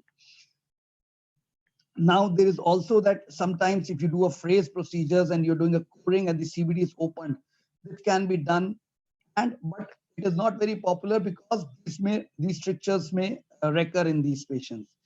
Also, in the early, we know that when the coring was done, one used to do an intraoperative cholangiogram to see whether the CBD has been opened up. In these patients, then are rarely used these days because more effective procedures are available. If you talk about cholecystogenostomy, it is associated with high failure rate, while transduodenal sphincteroplasty is ineffective in patients for bilioenteric drainage for chronic pancreatitis because the strictures are usually long. Now, if you compare choledochoduodenostomy with choledochojejunostomy, there is no significant difference with a similar failure rate. However, the choledochoduodenostomy, the advantage is as that the bile is not diverted, it is easy to reconstruct, and the jejunum, extra jejunum is not required. But at the same time, it has got a disadvantage of some syndrome which leads to recurrent cholangitis. If the patient is having duodenal obstruction, duodenum is not feasible to be anastomosed. And if ever there is a leak, these leaks are more detrimental. While CDJ has these advantages, at the same time, if you have an extra jejunal loss, since the patients with chronic pancreatitis are likely to develop steatorrhea, this might have a disadvantage. However, the decision is basically based upon whether what is the size and condition of the CBD, whether there is a presence of associated duodenal obstruction, and whether you coexistently require pancreatic drainage surgery. This determines whether you go for a choledochoduodenostomy or choledochojejunostomy. Now, the next complication is duodenal obstruction, which has an incidence of 1.2%. And isolated duodenal obstruction is actually rare. And there are 2 types. One is acute transient obstruction, which is usually secondary to mucosal edema, and these patients can be managed conservatively. While this is a persistent fibrous stenosis, which requires drainage. And you see the incidence of patients requiring drainage in chronic pancreatitis for duodenal obstruction is less than 5%. And this incidence actually increases to 12% in case you see a surgical series. And when you see patients with associated biliary complication, 25% of the patient might require surgical treatment. And the surgical procedure is a simple gastrojejunostomy, which can be added with a vagotomy. While duodenojejjunostomy can be done, but when the duodenum is diseased, it is preferably avoided.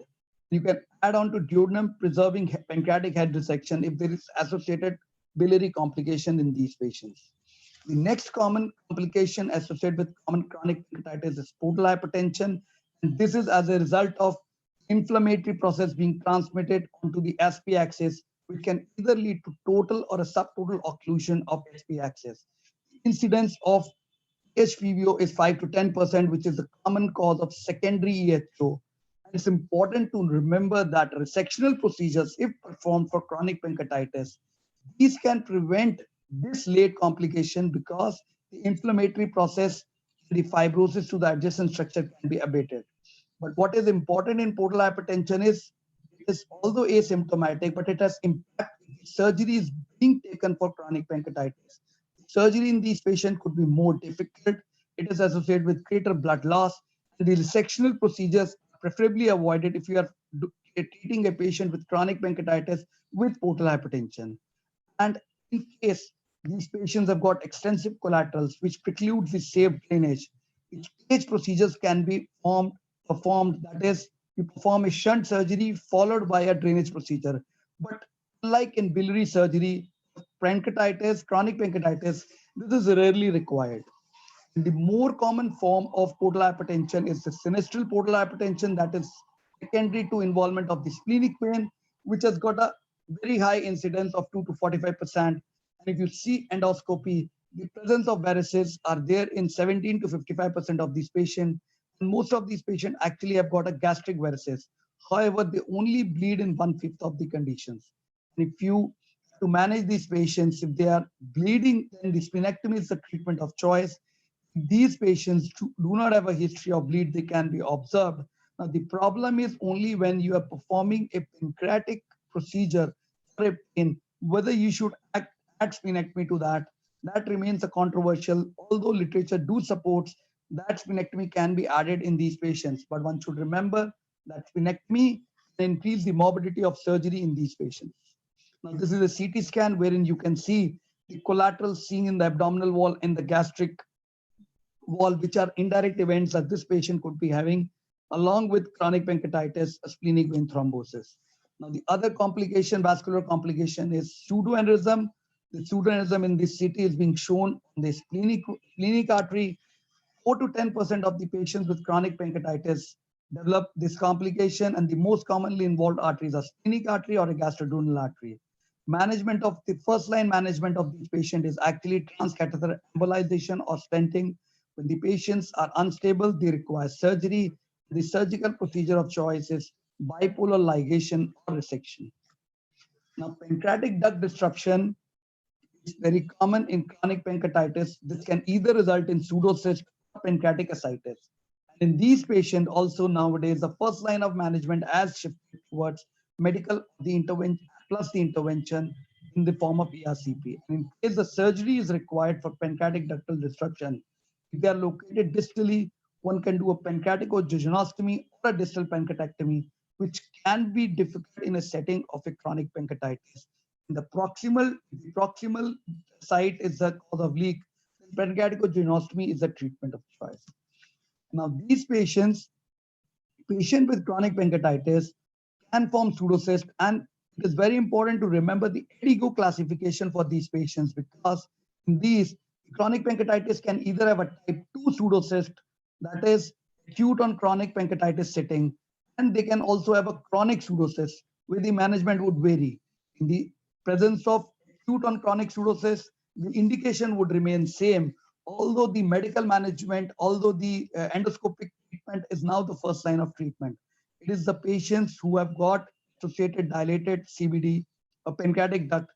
These patients would actually benefit. These are the subset of patients where the endoscopic treatment would have a higher failure rate. In these patients, the cyst could be drained along with an LPJ, which has got a higher success. To summarize, the complications associated with chronic pancreatitis are common. Biliary obstruction is most common, which require treatment, followed by splenic vein thrombosis, which may be asymptomatic.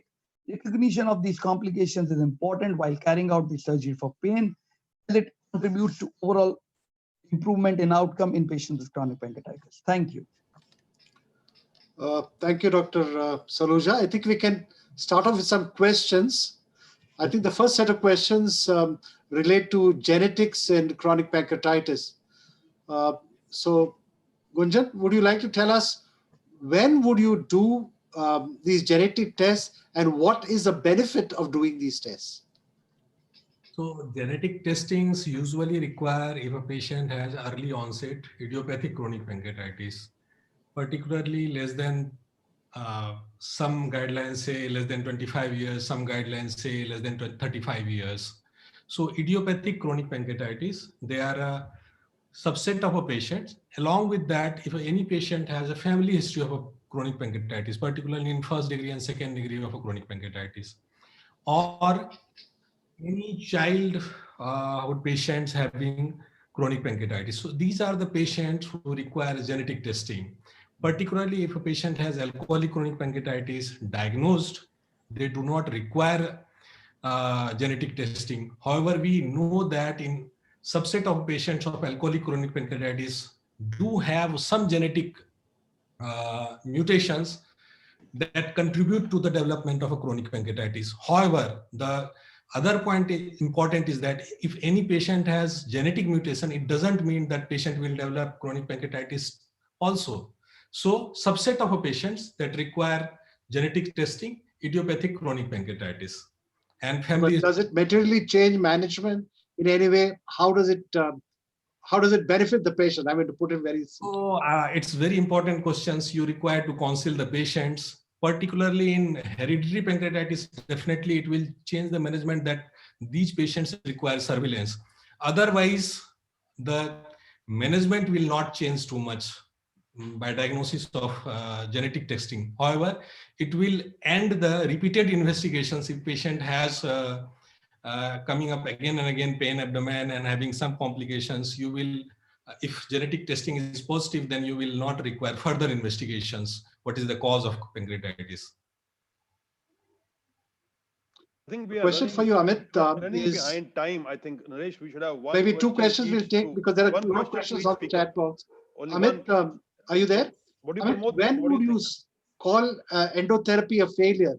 Because we have discussed this time frame that we keep on doing procedures and then the surgeons say it's too late in the game, or neuropathic pain sort of supervenes. So when, as a kind of rule of thumb, when would we say this is enough? See, you can define that only if you have some endpoints when you do endotherapy. You cannot keep on doing endotherapy. You have to decide some endpoint. For example, when it's stone disease, the endpoint for stone disease endotherapy is clearance of stones. Now, after clearance of stones, if the patient is reasonably pain-free, then that is a completion of endotherapy. But in spite of stone clearance, if the patient continues to have pain, then you cannot just keep on placing stents when there is no ductal obstruction. So then you have to do something different. Or if you're treating a stricture predominant disease, you place stents and the stricture is just not resolving. You place a 10 French stent, take out the stent, the stricture is still the same. And then that can be considered as a failure of endotherapy. So what I'm saying is, when you do endotherapy, you should have endpoints of treatment. And if you don't have endpoints, I don't think you should start endotherapy. So that takes about a year to take a decision? Yes, approximately about a year, you should give a trial and reach that endpoint. Now, if you are not reaching that endpoint, if you are just keeping on treating those patients of stones, you just can't clear the duct. All the time patient comes with pain, repeated episodes, you can't just keep on placing stents. You have to do something for a more permanent treatment. So surgery is better. The last question to Dr. Roop is, how do you get your patients to stop smoking and alcohol? I mean, we find this as a huge problem. So what is your strategy to actually make it successful? So stopping alcohol is much easier than stopping smoking. I mean, if you talk to the patient, well, they do stop alcohol, but smoking is very, very difficult. So naturally, a good counseling is important. Sometimes I ask them to take some nicotine gums for a short term and then taper off. And I don't ask them to stop smoking immediately. Like they should reduce the numbers, and over a brief period of time, they should. So that's how I counsel them. But again, this depends on the physician who's treating the patient. They may have different strategies. But yes, smoking cessation is difficult, I must say. Radhir, next session, would you want to take on?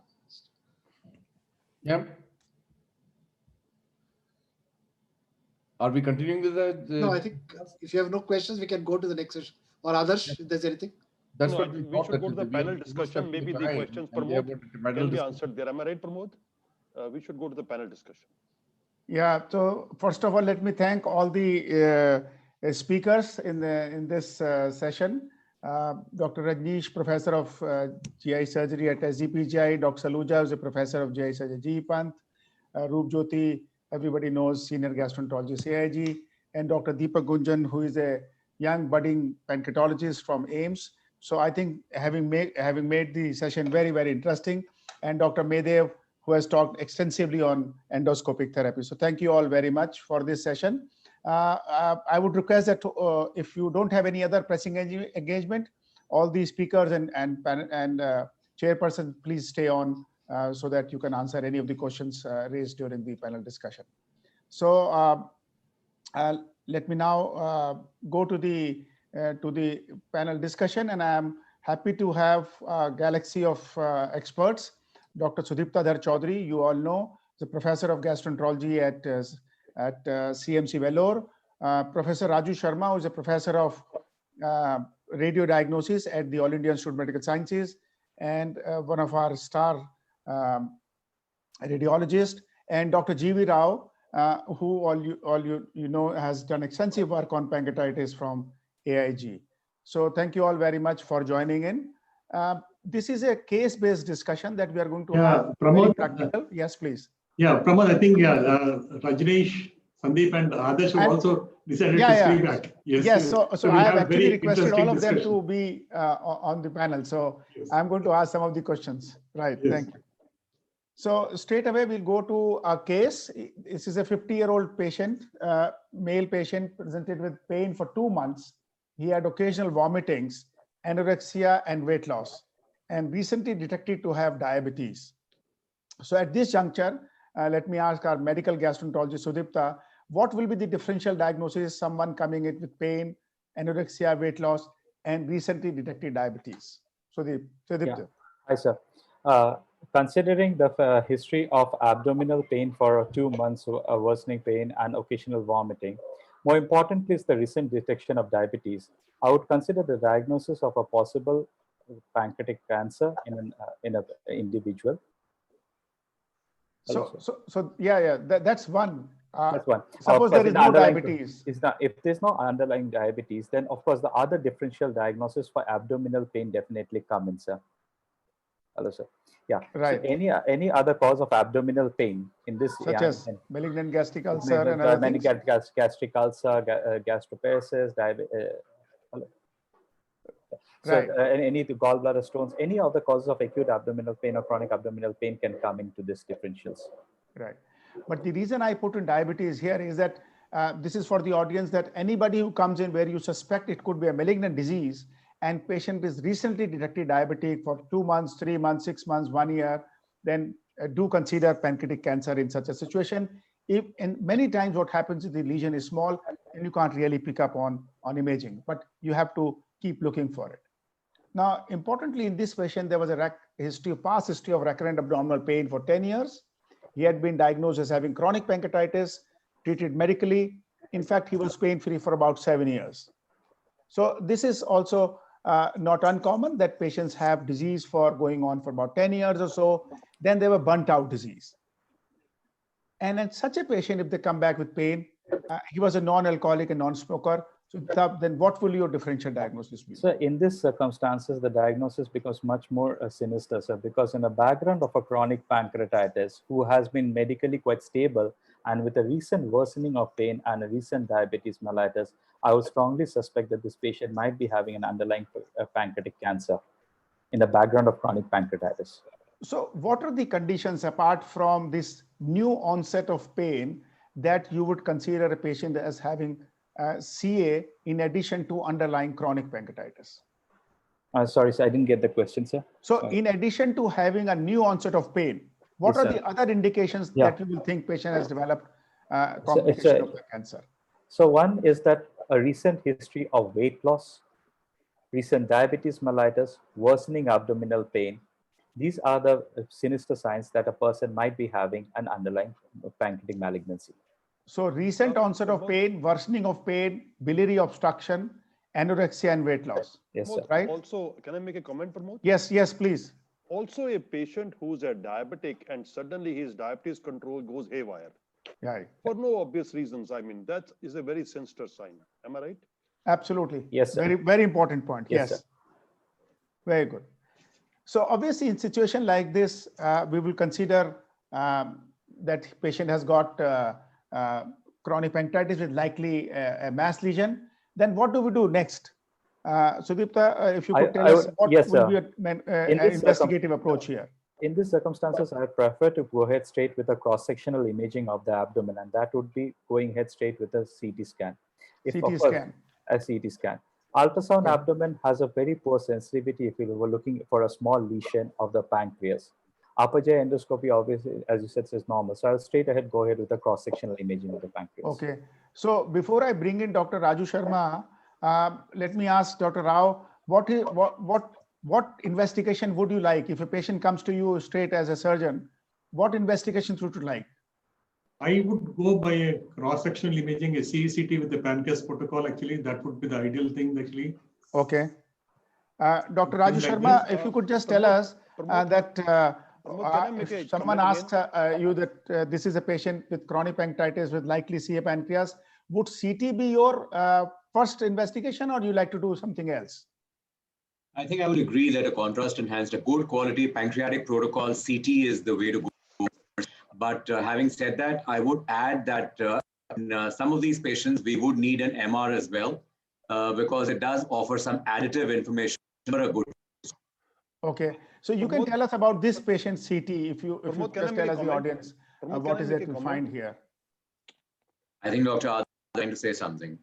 Pramod, for the benefit of the audience, does it not make sense to say that first we should do an ultrasound? Suppose we have a patient in whom there is ascites, multiple liver metastasis. You don't need to do a CT scan first.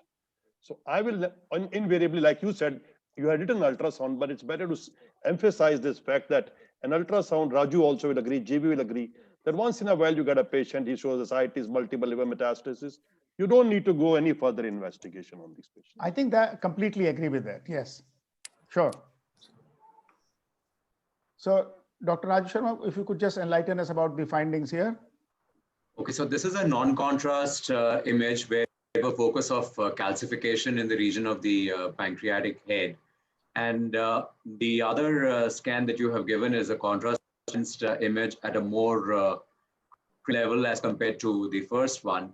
And that shows a hypodense lesion in the region of the neck and the proximal body of the pancreas, which is hypodense and shows some peripheral enhancement. And trying to put two images, sir, there would be a strong suspicion that in a patient of chronic calcific pancreatitis, there's probably a developing coma in the background. Would like to see more images. So you said you will do a MR. What will you find on MR scan? What additional information you will get? Especially when the lesion is located in the region of the head of the pancreas, then there is this distinction that one needs to make from the entity of mass and chronic pancreatitis. And that's something that's not been stressed in the discussion so far, that on imaging, at least, mass-forming chronic pancreatitis plays havoc because it mimics pancreatic cancer very, very closely. And then the ductal morphology helps us a lot when we look at the CP images in detail, because the duct penetrates the inflammatory masses and reaches up to the ampulla, whereas when there is a carcinoma present, it causes duct off, and the duct usually does not penetrate that mass. And this duct penetrating sign helps us a lot. In addition, using MR, we can do some other paradigms for characterization, which include diffusion-weighted imaging, where if you have marked restriction of diffusion in the lesion, then your diagnosis tends to favor pancreatic malignancy rather than an inflammatory mass. So a simple question So is, suppose a CT has shown you clearly a mass, and you're happy with that. Would you go ahead with MR, or you're fine with CT alone? No, I wouldn't go ahead with MR then. If I can make out that if you're on CT, that the pancreatic head is key, but it is mass-forming chronic pancreatitis, I would not. Only if the CT is equivocal would I suggest that MR should also be done. Okay, that's very good. Now, the next issue is that sometimes clinicians will ask for a PET CT. Now, you have a CT which shows you a definite mass. The setting is of chronic pancreatitis. We suspect it is malignancy. Is there a point going for a PET CT here? I don't think so. And maybe in pancreatitis and pancreatic cancer coexist in the same patient. That is one of the hardest diagnoses to make for a radiologist, at least, and for, I presume, for the gastroenterologist as well. And then we really rely on a combination of modalities rather than, because no single modality gives all the answers. Few patients, you may land up using a combination of modalities, as has probably been done in this patient, where you have a PET CT showing you a very FDG avid lesion. This the was showing contrast enhanced MR, which was showing a hypointense mass in the region of the neck. And then on PET, if you see this kind of FDG uptake, it would strongly favor a pancreatic adenoma. So let me ask surgeons, would they like to do a PET CT before they take up this patient for surgery, if the CT shows a definite mass? Dr. Rao?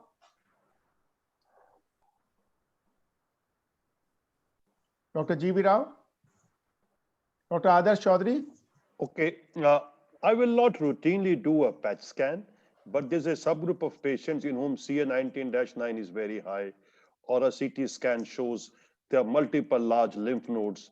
In those patients, selectively, I might do a PET scan, but routinely, I do not do a PET scan for a patient who's got an indeterminate mass in the head of pancreas. Okay, fair enough. So we move on. Do you need any other investigation, for example, an EUS or FNA, given this case?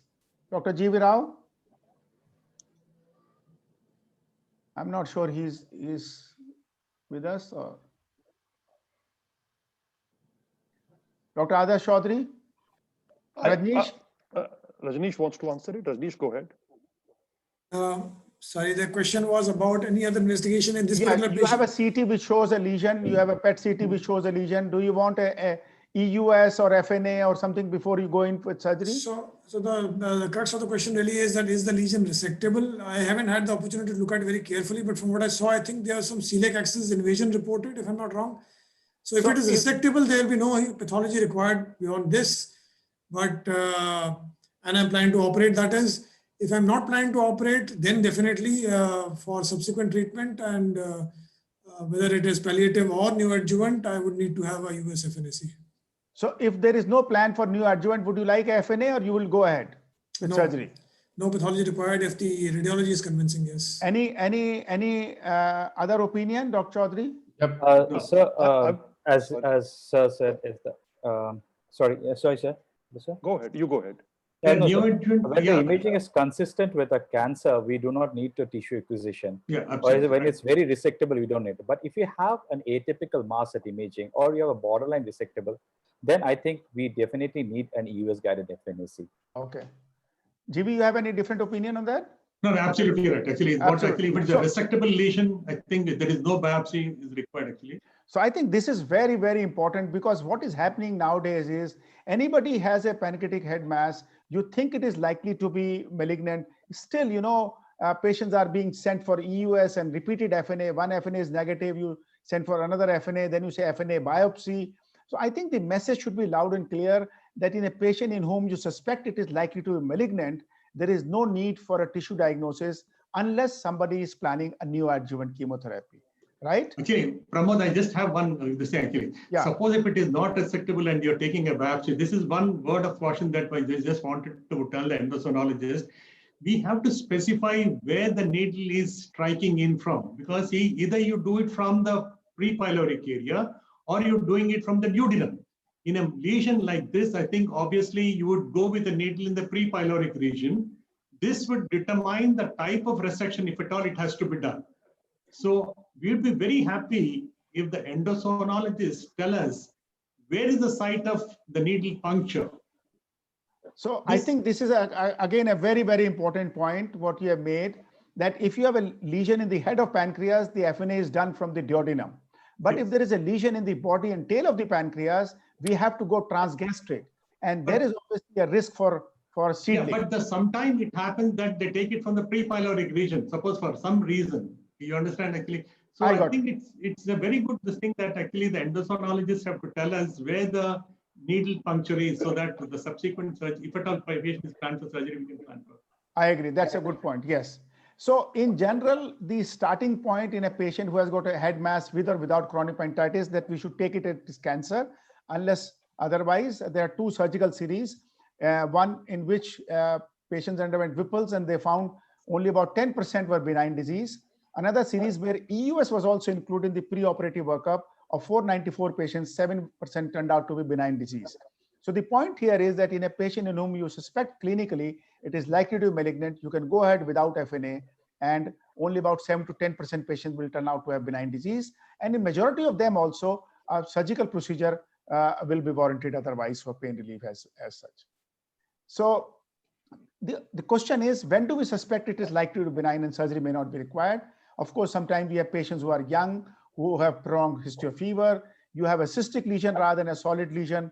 The entire pancreas is bulky, where you suspect that it could be autoimmune pancreatitis, and if the MPD is not dilated. So these are some of the pointers clinically where you may suspect it is unlikely to be malignant, and you may go ahead and do FNA. Coming to the second case, this is a 42-year-old male. He has pain for 6 months, frequent pain, almost continuous kind of pain. He developed jaundice 2 weeks back. He had weight loss, but there was no fever. He was a chronic alcoholic and smoker. Now, Sudipta, if a patient comes to you like this, what is it that you will think and how will you evaluate? So, the thing is that we have to look at the red flags here. The red flags in this gentleman is jaundice for 2 weeks, weight loss in a patient with a background of smoking.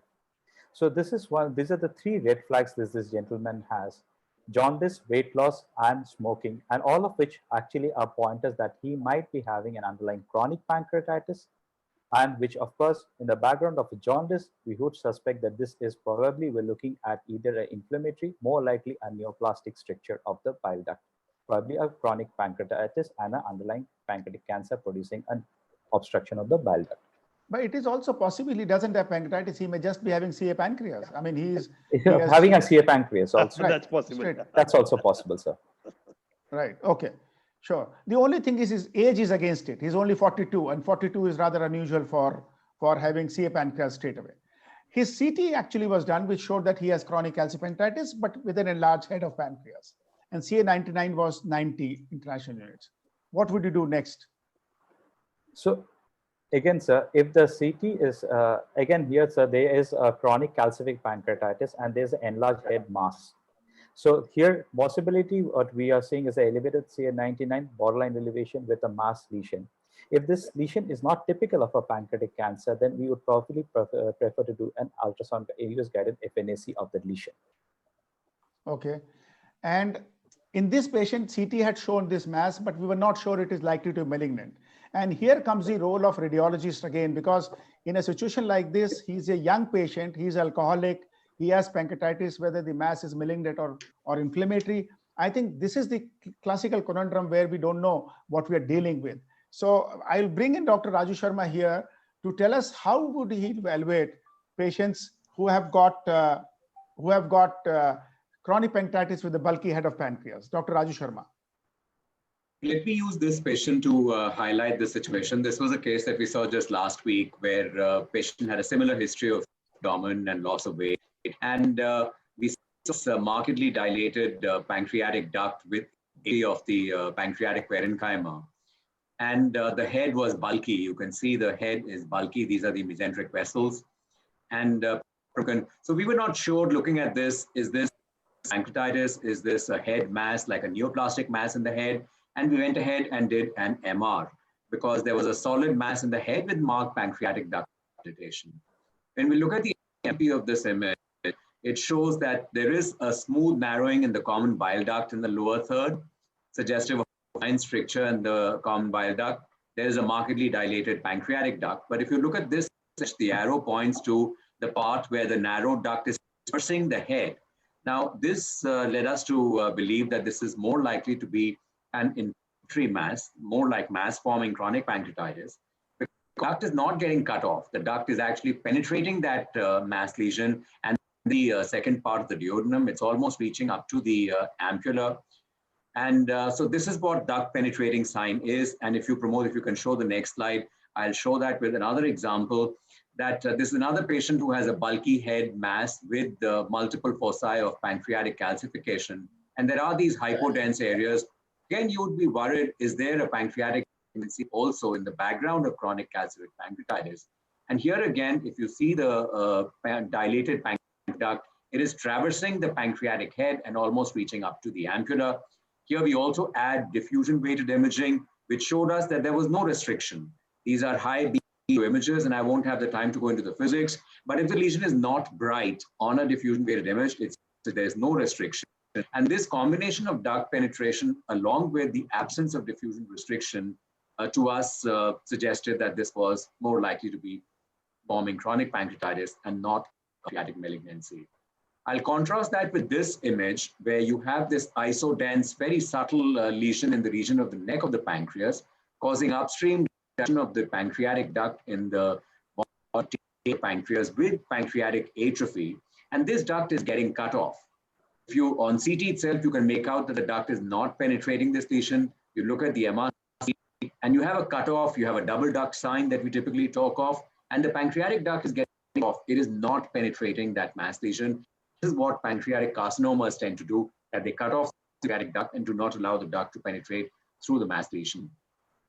Following the duct is absolutely critical when you see a dilated duct. This was a patient who was seen in February 2008. This duct was mildly dilated.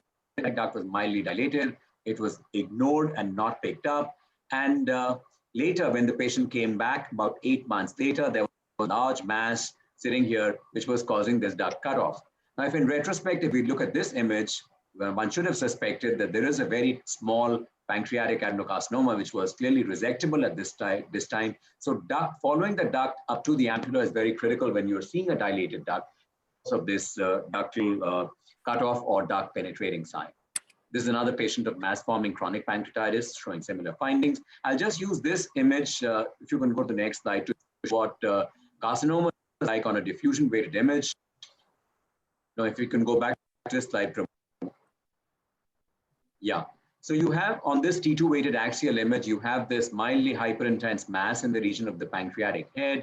On MRCP, the duct is dilated, not penetrating that lesion in the head. This is a diffusion image, and you can see how bright this lesion is on the weighted image, which suggests that this is a cellular lesion, a very densely cellular lesion, is more in favor of a malignancy, which is what this was proved to be on an EUS guided.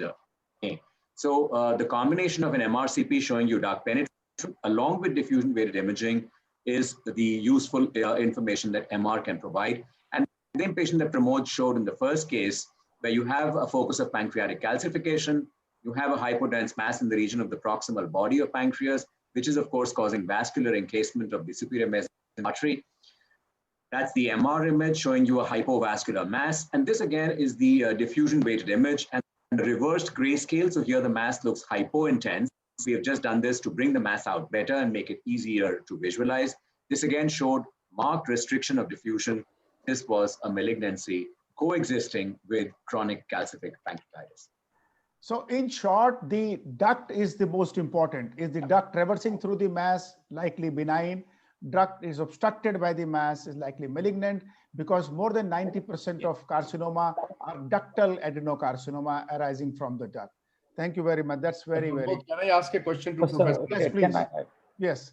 Yeah, what is the role of perfusion CT scan today in differentiating mass-forming chronic pancreatitis from carcinoma pancreas? So we've done some work on this in our institution with Pramod, and so what we found and what's also shown in literature is that although both pancreatic carcinomas and mass-forming chronic pancreatitis are hypovascular lesions, but the degree of reduction of blood flow is much greater in pancreatic cancer. And using perfusion CT, you can actually quantify that because we can calculate blood flow and blood volume. And these are reduced in both, but the degree of reduction is more pancreatic carcinoma as compared to MP. However, it is still in the domain of research and studies. I don't think anyone uses it as a routine clinical tool. It's cumbersome to do, but hopefully this will become a part of routine imaging as well. Thank you. Thank you. Sudipta, this patient, we were not sure whether it is malignant or benign on cross-sectional imaging. So what would you do next? Because it's a young patient, unlikely to be malignant. What would you do next? Would you do EUS or something else? So as I said, I would prefer to go with EUS primarily because, despite the findings on the MRI, one thing which is really alarming is jaundice. For us, whenever we see a patient with jaundice, more likely we have seen that invariably there is a malignancy harboring somewhere there, despite it showing some inflammatory changes too. Having said this, I would prefer to go with EUS. Contrast. Okay. So nowadays, EUS, we have two things that we can easily do. One is contrast enhanced EUS, the other is elastography. And then, of course, we can do FNA in cases where it is suspected. In this particular patient, we actually went and did EUS with contrast enhancement. And you can see here, this is the head of pancreas. You can see multiple calculi here. These are calculi here. The duct is dilated. And this is the head of pancreas, which was enlarged. We thought on EUS that it is likely to be inflammatory because we could not see any discrete mass lesion. And most of the time, we are able to see the duct traversing through the mass if it is benign. So if you see this on the image on the right side is after giving contrast, and you will soon see that this lesion lights up on the contrast. You can see the bubbles coming in here, and this suggested that it is likely to be inflammatory rather than a malignant mass. Correct. And if you see here on this left side, there seems to be a mass, but FNA showed it to be a benign disease. And head was enlarged, CBD dilated, calcification, MPD was seen coursing through the mass, and FNA showed inflammatory mass. So the issue here is that patients, many patients with chronic pancreatitis come with CP and a mass lesion. How do we find out what is the case here, whether it is malignant or benign? We did a couple of studies. One is a prospective study where we wanted to see chronic pancreatitis risk factor for CA pancreas. Of 402 patients, mean age was 29 years, and majority were males. And what we found was that 57 patients presented with a mass lesion out of around 4,000 person years. Malignancy was suspected in 31 of these patients. 5 patients were ultimately diagnosed to have pancreatic cancer. So out of 57, those who had mass, less than 10% actually were diagnosed to have pancreatic cancer. Majority didn't have pancreatic cancer. And the important thing was mean interval from onset of pancreatitis to development of cancer was about 16 years. So that's an important point to remember. 4 had idiopathic chronic pancreatitis, 1 had hereditary pancreatitis, and none had alcoholic pancreatitis. That's again important. And the second study we did was a case control study to find out the risk factors for pancreatic cancer of 249 patients with pancreatic cancer and 1,000 healthy controls. And we found 24 of these 249 patients had underlying chronic pancreatitis. And interestingly, again, all had idiopathic chronic pancreatitis. So in both the cohort and the case control study, we found that none of the patients who had alcoholic chronic pancreatitis developed pancreatic cancer. This was rather interesting, and we thought why it is so. The reason we believe it is so is a time lag. Chronic inflammation to cancer takes a long time. In our series, it was 16 years. And we know many other diseases, for example, cirrhosis with cancer, esophageal cancer in the setting of Barrett's esophagus, IBD to cancer, minimum of 10 years will be the time lag. And this is what happens is, the alcoholic pancreatitis, the mean is 38 years. If at all they will develop cancer, they will do so at the age of 55 to 60 years. It is not present in those who present with short history of 6 months to 1 year or so. So patients with who are alcoholics may develop de novo CA pancreas. Like in this patient, initially Sudipta said, we don't know whether he has chronic pancreatitis or not clinically, but he can surely develop CA pancreas directly. Or the patient may develop chronic pancreatitis with a mean age of 38 to 40 years. And from here, they may develop CA pancreas, but it will take at least 15 to 20 years. So the point here is when a patient comes to us at this stage, with a history of 1 year, 2 years, it is highly unlikely that he has CP leading to CA pancreas, right? And that's the reason we didn't find in our patients this. So this brings me to another issue, that patients with chronic pancreatitis may develop CA. What's the role of surveillance? Do we do surveillance? Yes or no? If yes, what's the high-risk group? What modalities? So first thing is that I don't think so we have really a protocol for surveillance in chronic pancreatitis for looking for pancreatic cancer. If you ask which is the high-risk group for pancreatic cancer, any patient with a family history of chronic pancreatitis or a family history of pancreatic cancer, these are the groups which you would consider to be high risk for pancreatic cancer. And these are the patients which we usually screen for chronic pancreatitis or pancreatic cancer. But the screening is actually not a protocolized pancreatic cancer. For our center, what we do is an ultrasound abdomen and a yearly CA19-9. But that's about it. We really do not have a particular protocol for this, sir. Okay.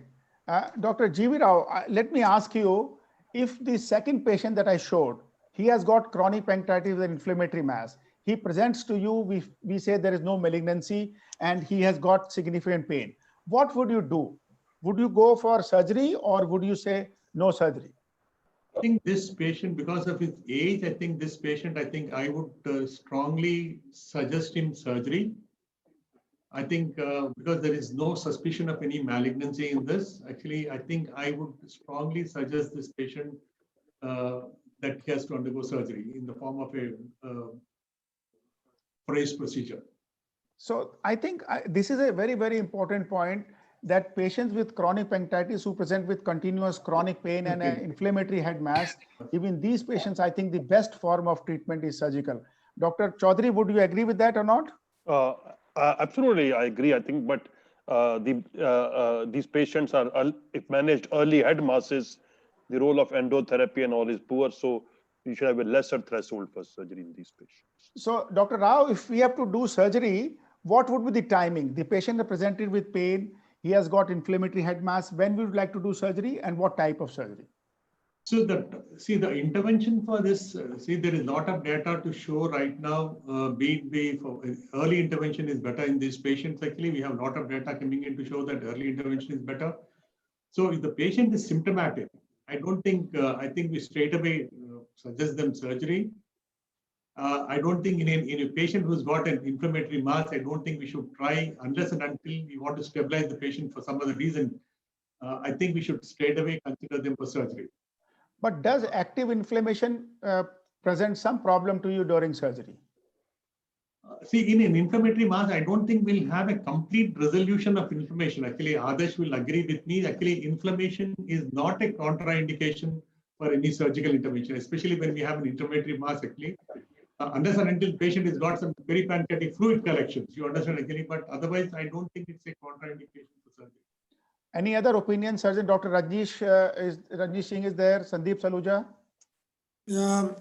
I don't differ with the two senior surgeons, but there is a small subset of patients where the surgeon does get worried, especially when on a CT scan you see a lot of fat standing. Patient has recently had a flare of pain. So while I agree that we should operate as early as possible, but sometimes it's prudence to wait for a few weeks to manage the pain and let him settle down for a couple of weeks or maybe a month and then operate that patient. But okay, in principle, I agree with the fact that there is no real reason to wait. Sandeep? Sir, basically, Dr. GV Rao correctly pointed out, if the CT is showing any changes of recent evidence of acute pancreatitis in form of any fluid collections, otherwise these patients actually we will operate because this inflammation is a recurrent process. You don't know, once the patient is not having any significant signs of acute pancreatitis, we operate these patients. This patient presented with jaundice, would you like to do endoscopic stenting before you operate, or you would like to take up directly? Dr. Rao? I think, again, this is the point of discussion. Actually, if the jaundice is not very high, the patient does not have a cholangitis. Okay, I'll put it this way. The patient does not have any cholangitis. I think we can take the patient for surgery directly. The patient has cholangitis, I think maybe an indication for preoperative drainage, but the patient does not have any cholangitis. I think we can take them for surgery directly. Can I make an alternative point? Slightly different. I agree with Dr. Roy exactly, but there is a point to having a cholangiogram before you operate. So MR, even if it was not done earlier, MRCP would be good, because the way you would deal with that biliary stricture would depend to a certain extent on the MR, which means to say that if you have cored the head and you're going to rely only on the coring for relieving the stricture, then you need an intraoperative cholangiogram, or else you need to do a biliary drainage procedure along with the...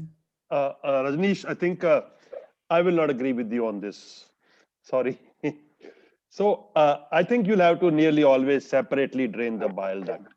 We theoretically talk by coring, you can open the bile duct. It rarely happens. I agree with that, sir. It's much safer to do it was more of a textbook teaching rather than anything else. I agree. So I think we should do a proper procedure. And what Pramod asked is a very relevant question. If patient has active pain, it is best not to operate at that time. We should let the pain subside and then operate, because pain means that there is active peripancreatic edema, and that's what GV meant. We should let the pain settle, unless there are some patients in whom pain never settles. That's different. But it's better to wait, because that's a difficult surgery. Dr. Chaudhary, I have one question. What Sandeep Saluja mentioned, and which is important, that if suppose this patient has portal vein obstruction with collaterals, how would it affect your surgical plan? Okay.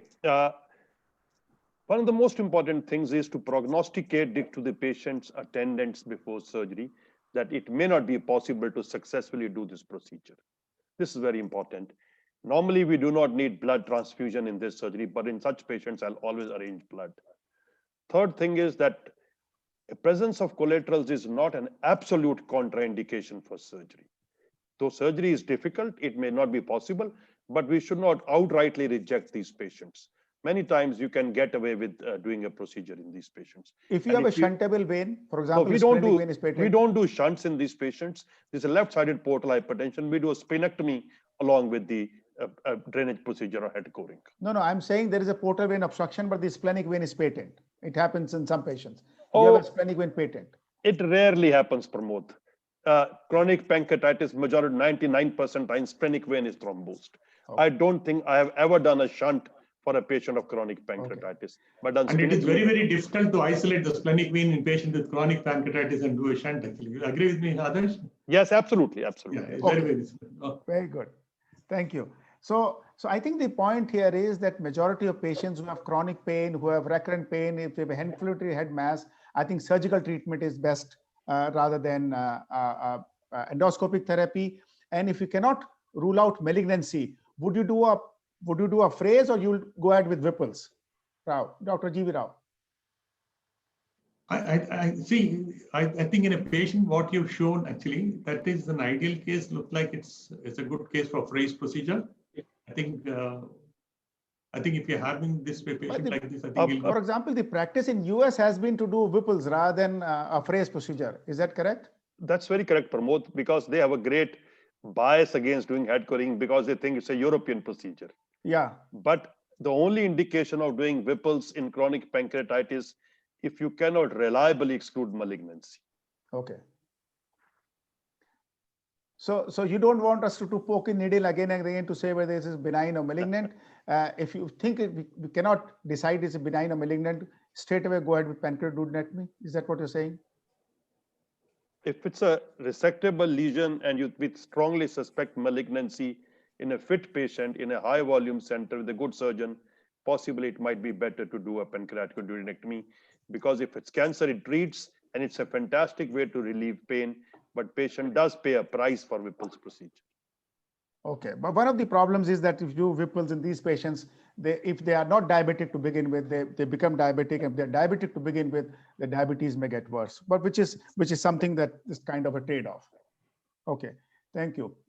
I think with this, we will finish our formal discussion. So let me summarize by saying that new onset of pain, worsening pain, weight loss, anorexia, diabetes, and which becomes difficult to manage, and idiopathic pancreatitis, which is likely genetic, we should suspect if there is a mass, it is likely malignant.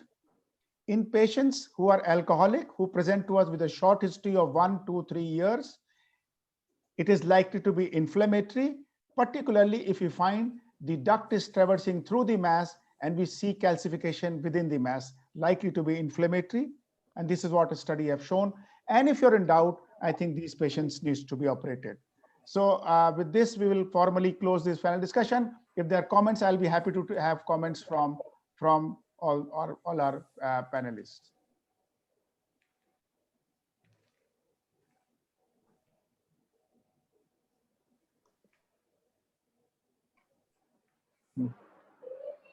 Sudipta? No, sir. Raju Sharma and Dr. Rao? No, sir. Thank you so much, sir. Very well moderated, Pramod. Yeah, thank you so much. Thank you so much. Very well done, Pramod. Very well done. And actually, the cross-sectional imaging pictures were excellent, actually, from Dr. Raju Sharma. Actually, beautiful pictures he has shown, actually. Thank you. Roop Jyoti, you are still here. You can make some comments. Roop, if you could make some comments.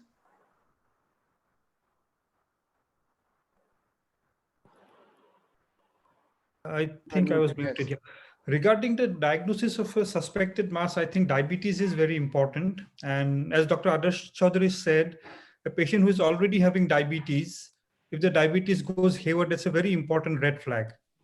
So that needs to be considered. And regarding FNA, yes, of course, if there is a definite malignancy or malignant appearing mass which requires surgery, FNA biopsy may not be needed, but again, for neoadjuvant therapy, biopsy is important.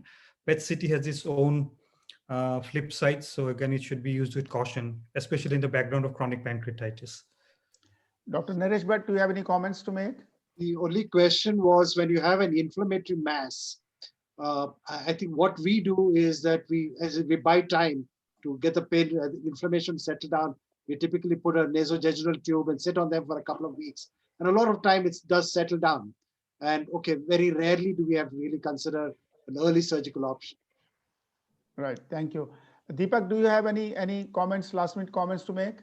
Sir, I just want to highlight that if a patient has chronic calcific pancreatitis with head mass and calcifications in the head, then for endocrinologists, it's very difficult to differentiate because calcification does cause lots of artifacts. And even if it is pancreatic malignancy, it's very difficult to diagnose in these settings. So I think, again, Deepak, you have made an excellent point because all the endocrinologists will tell you that you give us a patient and we'll tell you it is malignant or not. And multiple studies have shown that it's very difficult actually to differentiate between malignancy and non-neoplastic inflammatory. All the surgeons are smiling when I say that endocrinologists will make such a tall claim. So thank you very much for bringing this point. So, and that is why I discussed that in case you're not sure whether it is malignant or benign, I think it's best to hand over the patient to surgeons and they will decide what kind of surgery will they do. On this note, I thank you all very much for participating in this panel discussion and for giving talks in this very important webinar. Thank you all very much. Have a very happy and healthy New Year, and may all you get vaccinated very soon. Thank you. Thank you, sir. Thank you, sir. Thank you. Thank you so much, sir. Bye.